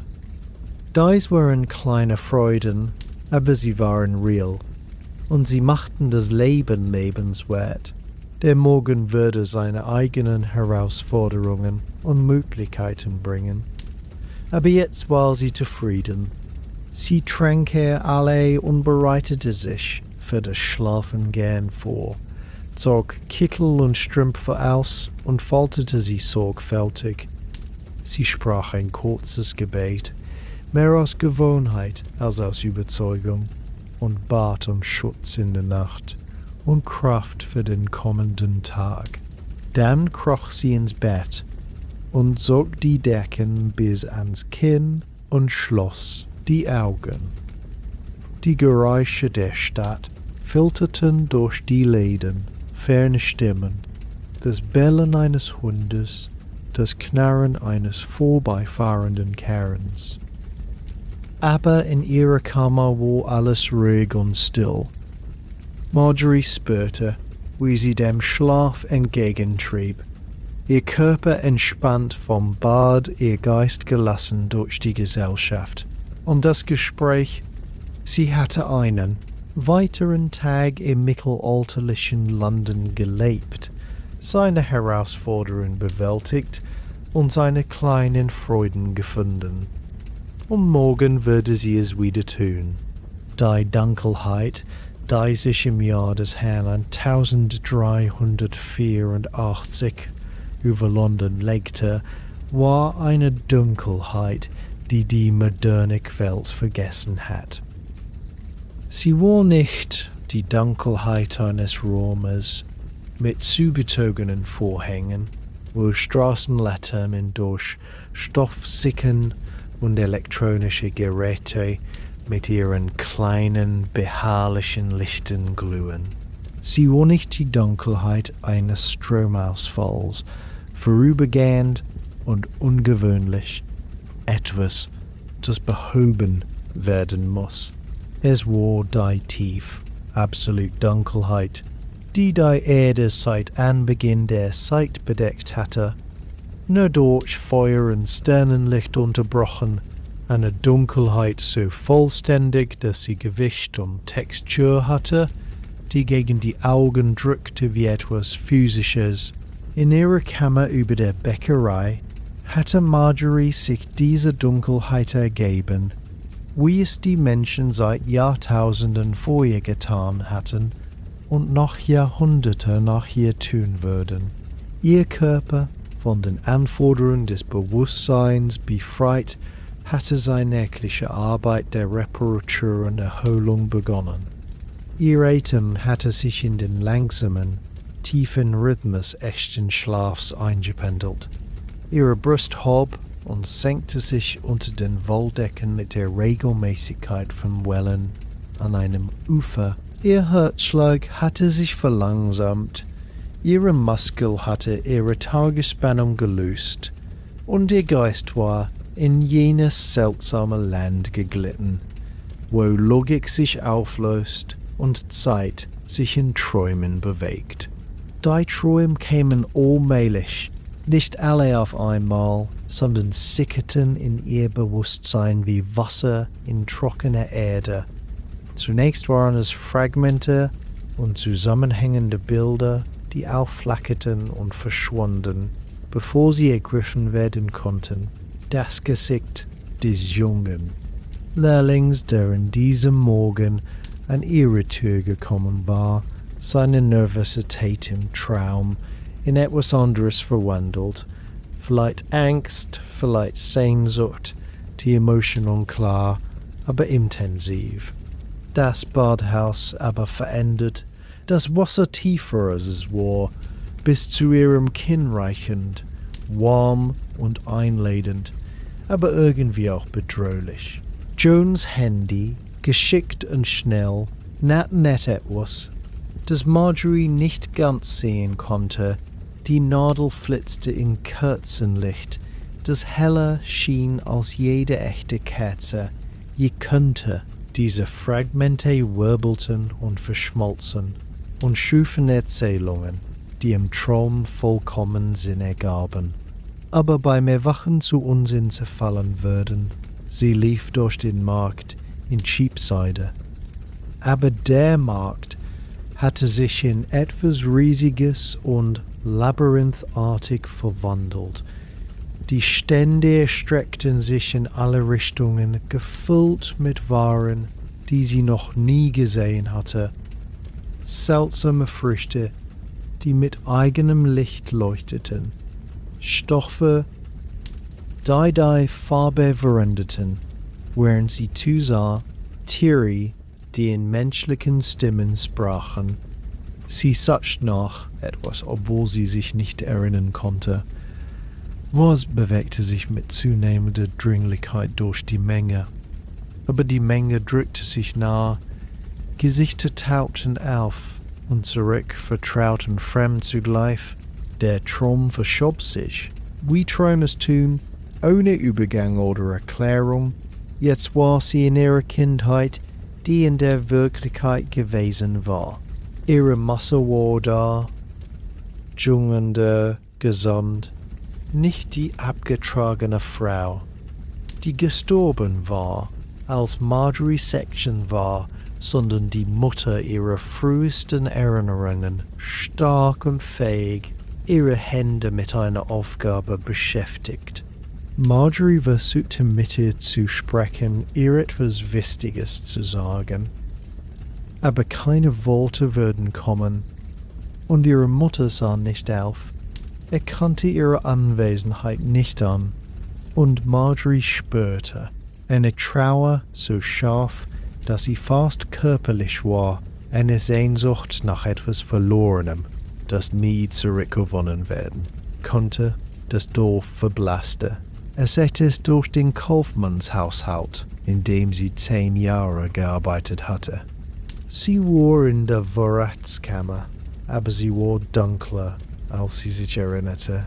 Die Schatten dick und bedrückend. Der Sohn des Kaufmanns war da, aber sein Gesicht wechselte immer wieder, wurde zu anderen Gesichtern, dem jungen Lehrling, Thomas dem Tuchhändler, Männer, die sie nie gesehen hatte.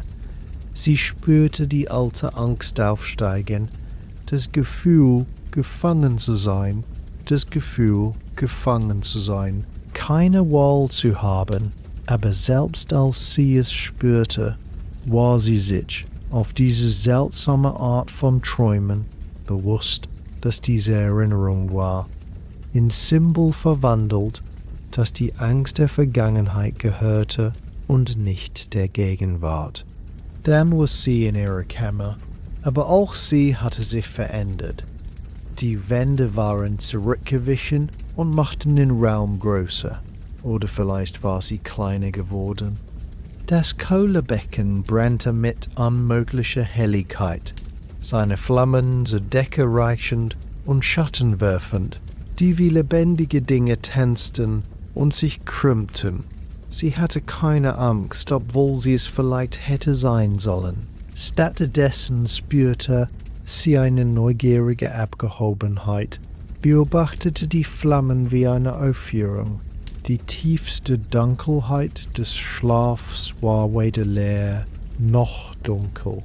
Sie war voller halb geformter Gedanken und Empfindungen, die sich nie ganz zu kohärenten Bildern auflösten. In dieser Dunkelheit hatte Zeit keine Bedeutung. Minuten könnten Stunden gewesen sein oder Stunden Minuten. Ihr Körper kannte den Seitenlauf auf seine eigene Weise und verfolgte den langsamen Bogen der Nacht durch subtile Veränderungen in Temperatur und die allmähliche Verschiebung ihrer Position im Bett, aber ihr bewusstes Geist, im Schlaf untergetaucht, hatte keinen Zugang zu diesem Wissen. Die Stadt um sie herum schlief ebenfalls, obwohl nicht ganz und nicht alle auf einmal. London schlief nie wirklich nicht vollständig.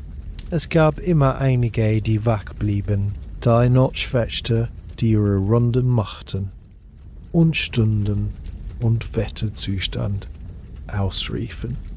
Die Bäcker, die ihre Arbeit in der tiefsten Nacht begannen und Teig für das Brot des Morgens vorbereiteten. Die Kranken und Sterbenden, die durch Schmerz oder Angst wachgehalten wurden, die Mütter kleiner Säuglinge, durch Weinen geweckt, das nicht ignoriert werden konnte, die Schuldigen und Ängstlichen, die mit ihren Gedanken wach lagen. Aber die meisten Menschen schliefen, wie Marjorie schlief, ihre Körper auf die alten Rhythmen ausgerichtet, die das menschliche Leben regierten, bevor künstliches Licht erfunden wurde. Sie gingen bald nach Einbruch der Dunkelheit zu Bett, weil es wenig sonst in der Dunkelheit zu tun gab und weil Kerzen und Lampenöl teuer waren. Sie schliefen tief durch die mittleren Stunden der Nacht, wachten dann oft für eine Periode in den kleinen Stunden vor dem Morgengrauen auf, was manche einen Wachzustand nannten, während die Menschen vielleicht leise sprechen, beten, Liebe machen oder einfach in der Dunkelheit mit ihren Gedanken liegen konnten, bevor sie bis zum Morgen wieder einschliefen. Marjorie war in ihrem ersten Schlaf, dem tiefen Schlaf, der in den frühen Stunden der Nacht kam, wenn das Ruhebedürfnis des Körpers am stärksten war. Ihre Träume hatten sich in einen sanfteren Rhythmus eingependelt, weniger dringend und fragmentarisch, eher wie ein langsamer Fluss durch eine vertraulte Landschaft. Sie träumte jetzt vom gewöhnlichen Dingen, Wäsche zusammenlegen mit Agnes, obwohl die Wäsche endlos war, jedes Stück, das sie faltete, sofort durch ein anderes ersetzt wurde, durch Straßen gehen, die sie kannte, obwohl sie sich beim Gehen umordneten, so dass sie ihr Ziel nie ganz erreichen konnte. Brotessen, das nach Honig und Sonnenschein schmeckte, obwohl es, wenn sie es ansah, nur gewöhnliches Brot war, dunkel und grob. In der Welt außerhalb ihrer Träume vertiefte sich die Nacht. Die Temperatur sank weiter, die Kälte sickerte durch die Lücken in den Läden, fand ihren Weg unter der Tür, setzte sich in die Ecken des Raumes, wo die Wärme des gebankten Kohlebeckens nicht erreichen konnte. Frost begann sich an der Innenseite der Fensterläden zu bilden. Zarte Muster aus Eiskristallen, die mit der Morgenwärme schmelzen würden, aber jetzt langsam in der Dunkelheit wuchsen, schön und ungesehen. Die Nachtgeräusche unterschieden sich von den Tagesgeräuschen. Es gab kein Rumpel von Karren, kein Rufen von Händlern, kein allgemeines Gemurmel menschlicher Aktivität. Stattdessen gab es das Heulen Irgendwo im Osten eine einsame und traurige Stimme. Das Schreien eines Babys, kurz und schnell, besänftigt das Klappen von Hufen auf Kopfsteinpflaster, als ein später Reiter durch die Straße passierte und zu einem Ziel aufbrach, das nicht bis zum Morgen warten konnte. Das Knarren und Stöhnen von Gebäuden, die sich setzten, Balken, die sich in der Kälte zusammenzogen, ein Geräusch so gewöhnlich, dass schlafende Ohren es kaum registrierten. Die Glocken der Stadtkirchen markierten die Stunden, ihre Stimmen trugen über die Dächer und überlagerten und halten sich.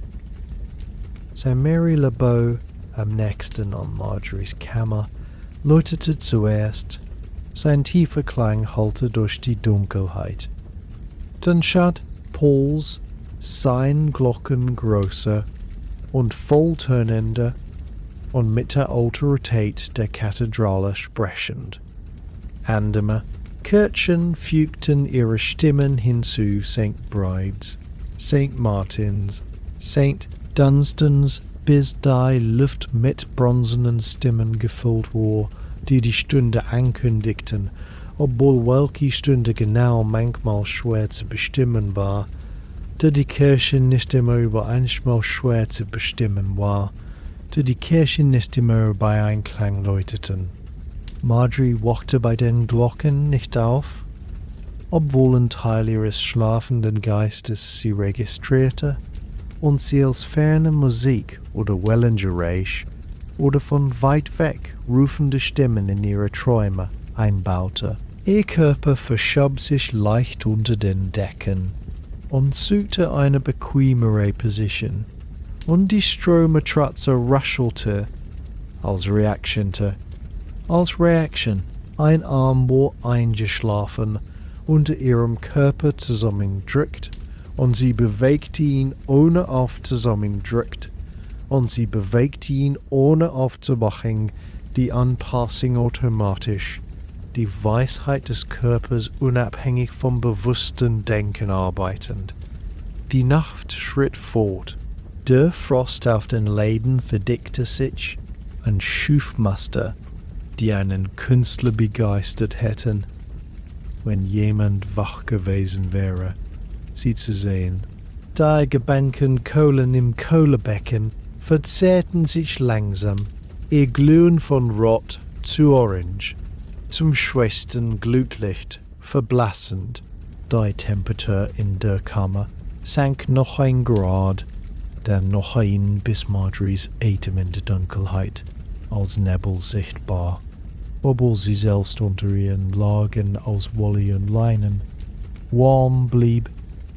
In diesem tiefen Ort gab es keine Marjorie, die so arbeitete wie sie, keine Marjorie, die sich um Miete und Essen und die Meinungen anderer sorgte. Es gab nur das Bewusstsein selbst, rein und ungebunden, das die seltsamen Phänomene des träumenden Geistes ohne Urteil oder Interpretation erlebte. Es war eine Art Freiheit, diese Auflösung der Identität, obwohl es keine Freiheit war, die nach dem Aufwachen erinnert oder beschrieben werden konnte. Sie war's, einfach ein nächtliches Geschenk, das alle Menschen erhielten, aber weniger artikulieren konnten. Außerhalb ihrer Träume bildeten sich Frostmuster in den Läden.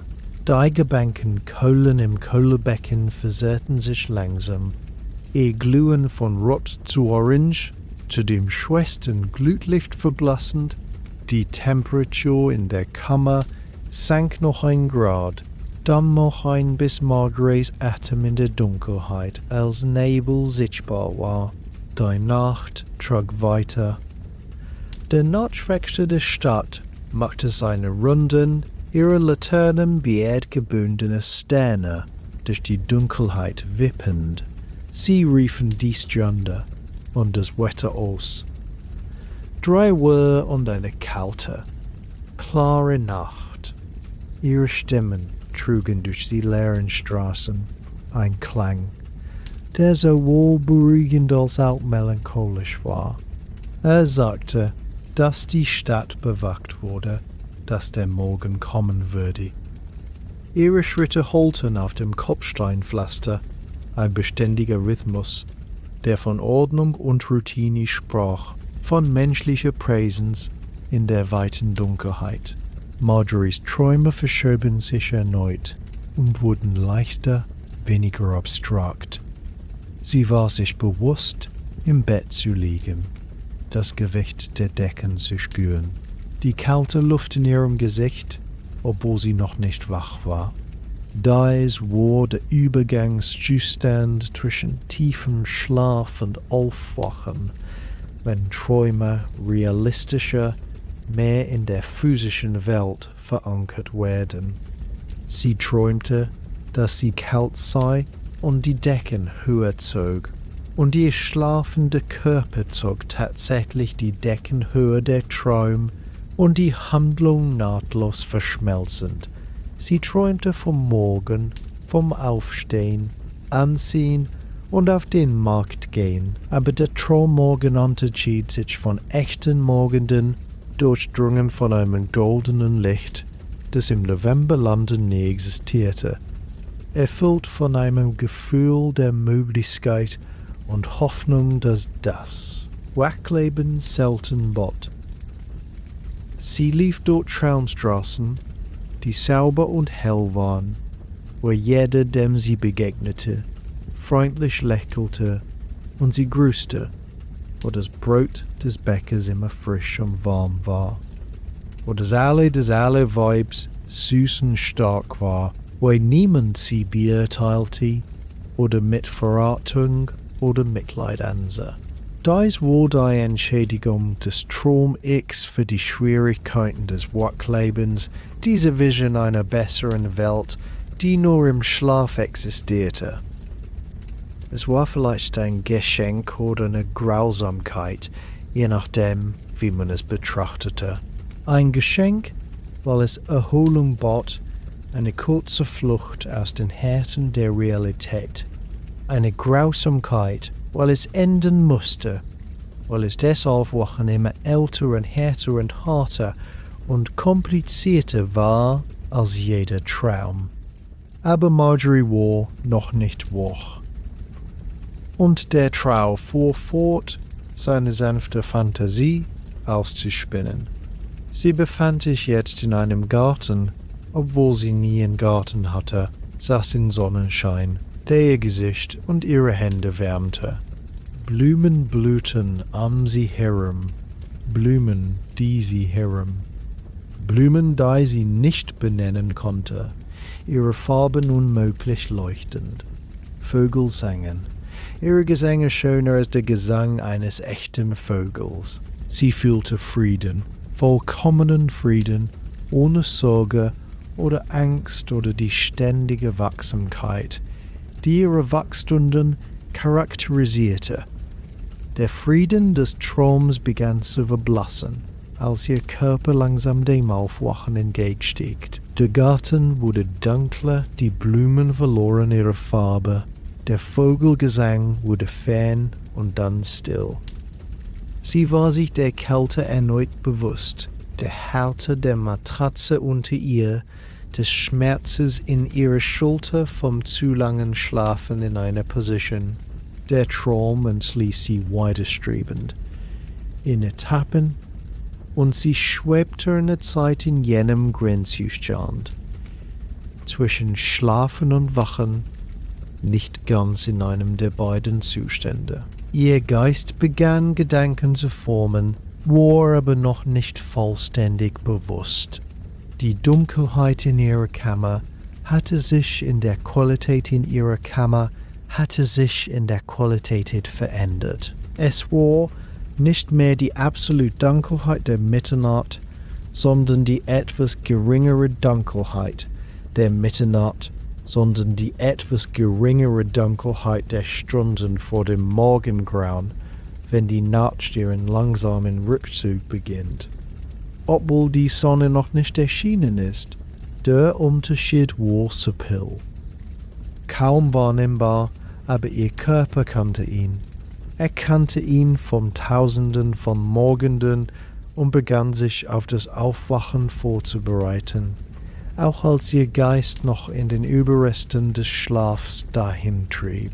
Ihre Gedanken, noch traumhaft und unzusammenhängend, wanderten über den Tag vor ihr. Den mysteriösen Kunden, der um die Mittagszeit kommen würde, die Notwendigkeit, mehr Holzkohle für das Kohlebecken zu kaufen, das Flicken, das sie aufgeschoben hatte, die Miete, die in ein paar Tagen fällig sein würde. Diese Sorgen schwebten durch ihren Geist ohne Dringlichkeit, beobachtet, aber noch keine Aktion fordernd. Es gab noch Zeit, bevor sie aufstehen musste. Noch Zeit, in diesem Hauptzustand zwischen Schlaf und Wachen zu verweilen. Die mittelalterliche Nacht endete, wie alle Nächte enden, und wich einem weiteren Tag. Aber der Übergang war langsam, allmählich, nix wie der abrupte Wechsel von Dunkel zu Hell, den elektrische Schalter eines Tages ermöglichen würden. Die Dunkelheit zog sich gradweise zurück. Der Himmel hellte sich von schwarz zu tiefblau zu blassem Grau auf. Die Sterne verblassten eine nach der anderen, die Welt entholte sich langsam in Schattierungen aus Schatten und gedämpftem Licht. Marjories Atem veränderte sich, wurde leicht weniger tief, leicht unregelmäßiger, als ihr Körper sich aufs Aufwachen vorbereitete. Ihr Geist auch veränderte sich, wurde organisierter, linearer, die Tromlogik, which durch die Wecklogik.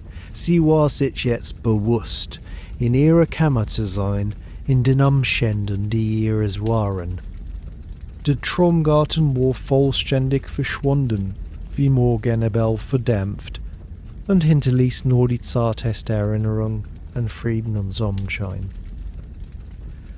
Aber sie öffnete die Augen noch nicht. Sie gönnte sich diese letzten paar Momente der Ruhe, des Liegens still und warm unter ihren Decken, des Existierens im stillen Raum vor den Anforderungen des Tages. Dies war ihre Zeit, diese Momente zwischen Schlaf und Wachen, wenn sie nur sich selbst gehörte, wenn niemand etwas von ihr brauchte, wenn sie einfach sein konnte. Die Kälte berührte ihr Gesicht und erinnerte sie daran, dass die Kammer eisig war, dass das Kohlebecken über Nacht fast heruntergebrannt war. Das Aufstehen bedeutete, die Wärme unter den Decken zu verlassen. Aber sie würde bald aufstehen, wie sie es immer tat, weil das war, was man tat. Man stand auf und begegnete dem Tag, was immer er bringen mochte.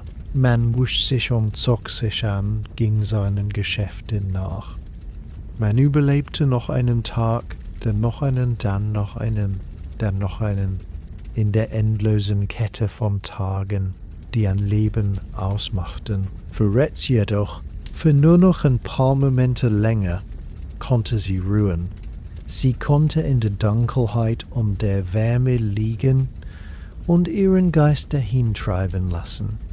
Nicht ganz schlafend, aber auch nicht ganz wachend, in jenem friedlichen Zwischenzustand schwebend. Die Stadt rührte sich um sie herum und begann ihre tägliche Auferstehung, aber sie war noch nicht Teil davon. Sie war noch getrennt, noch in der sanften Umarmung des Nachtsendes gehalten.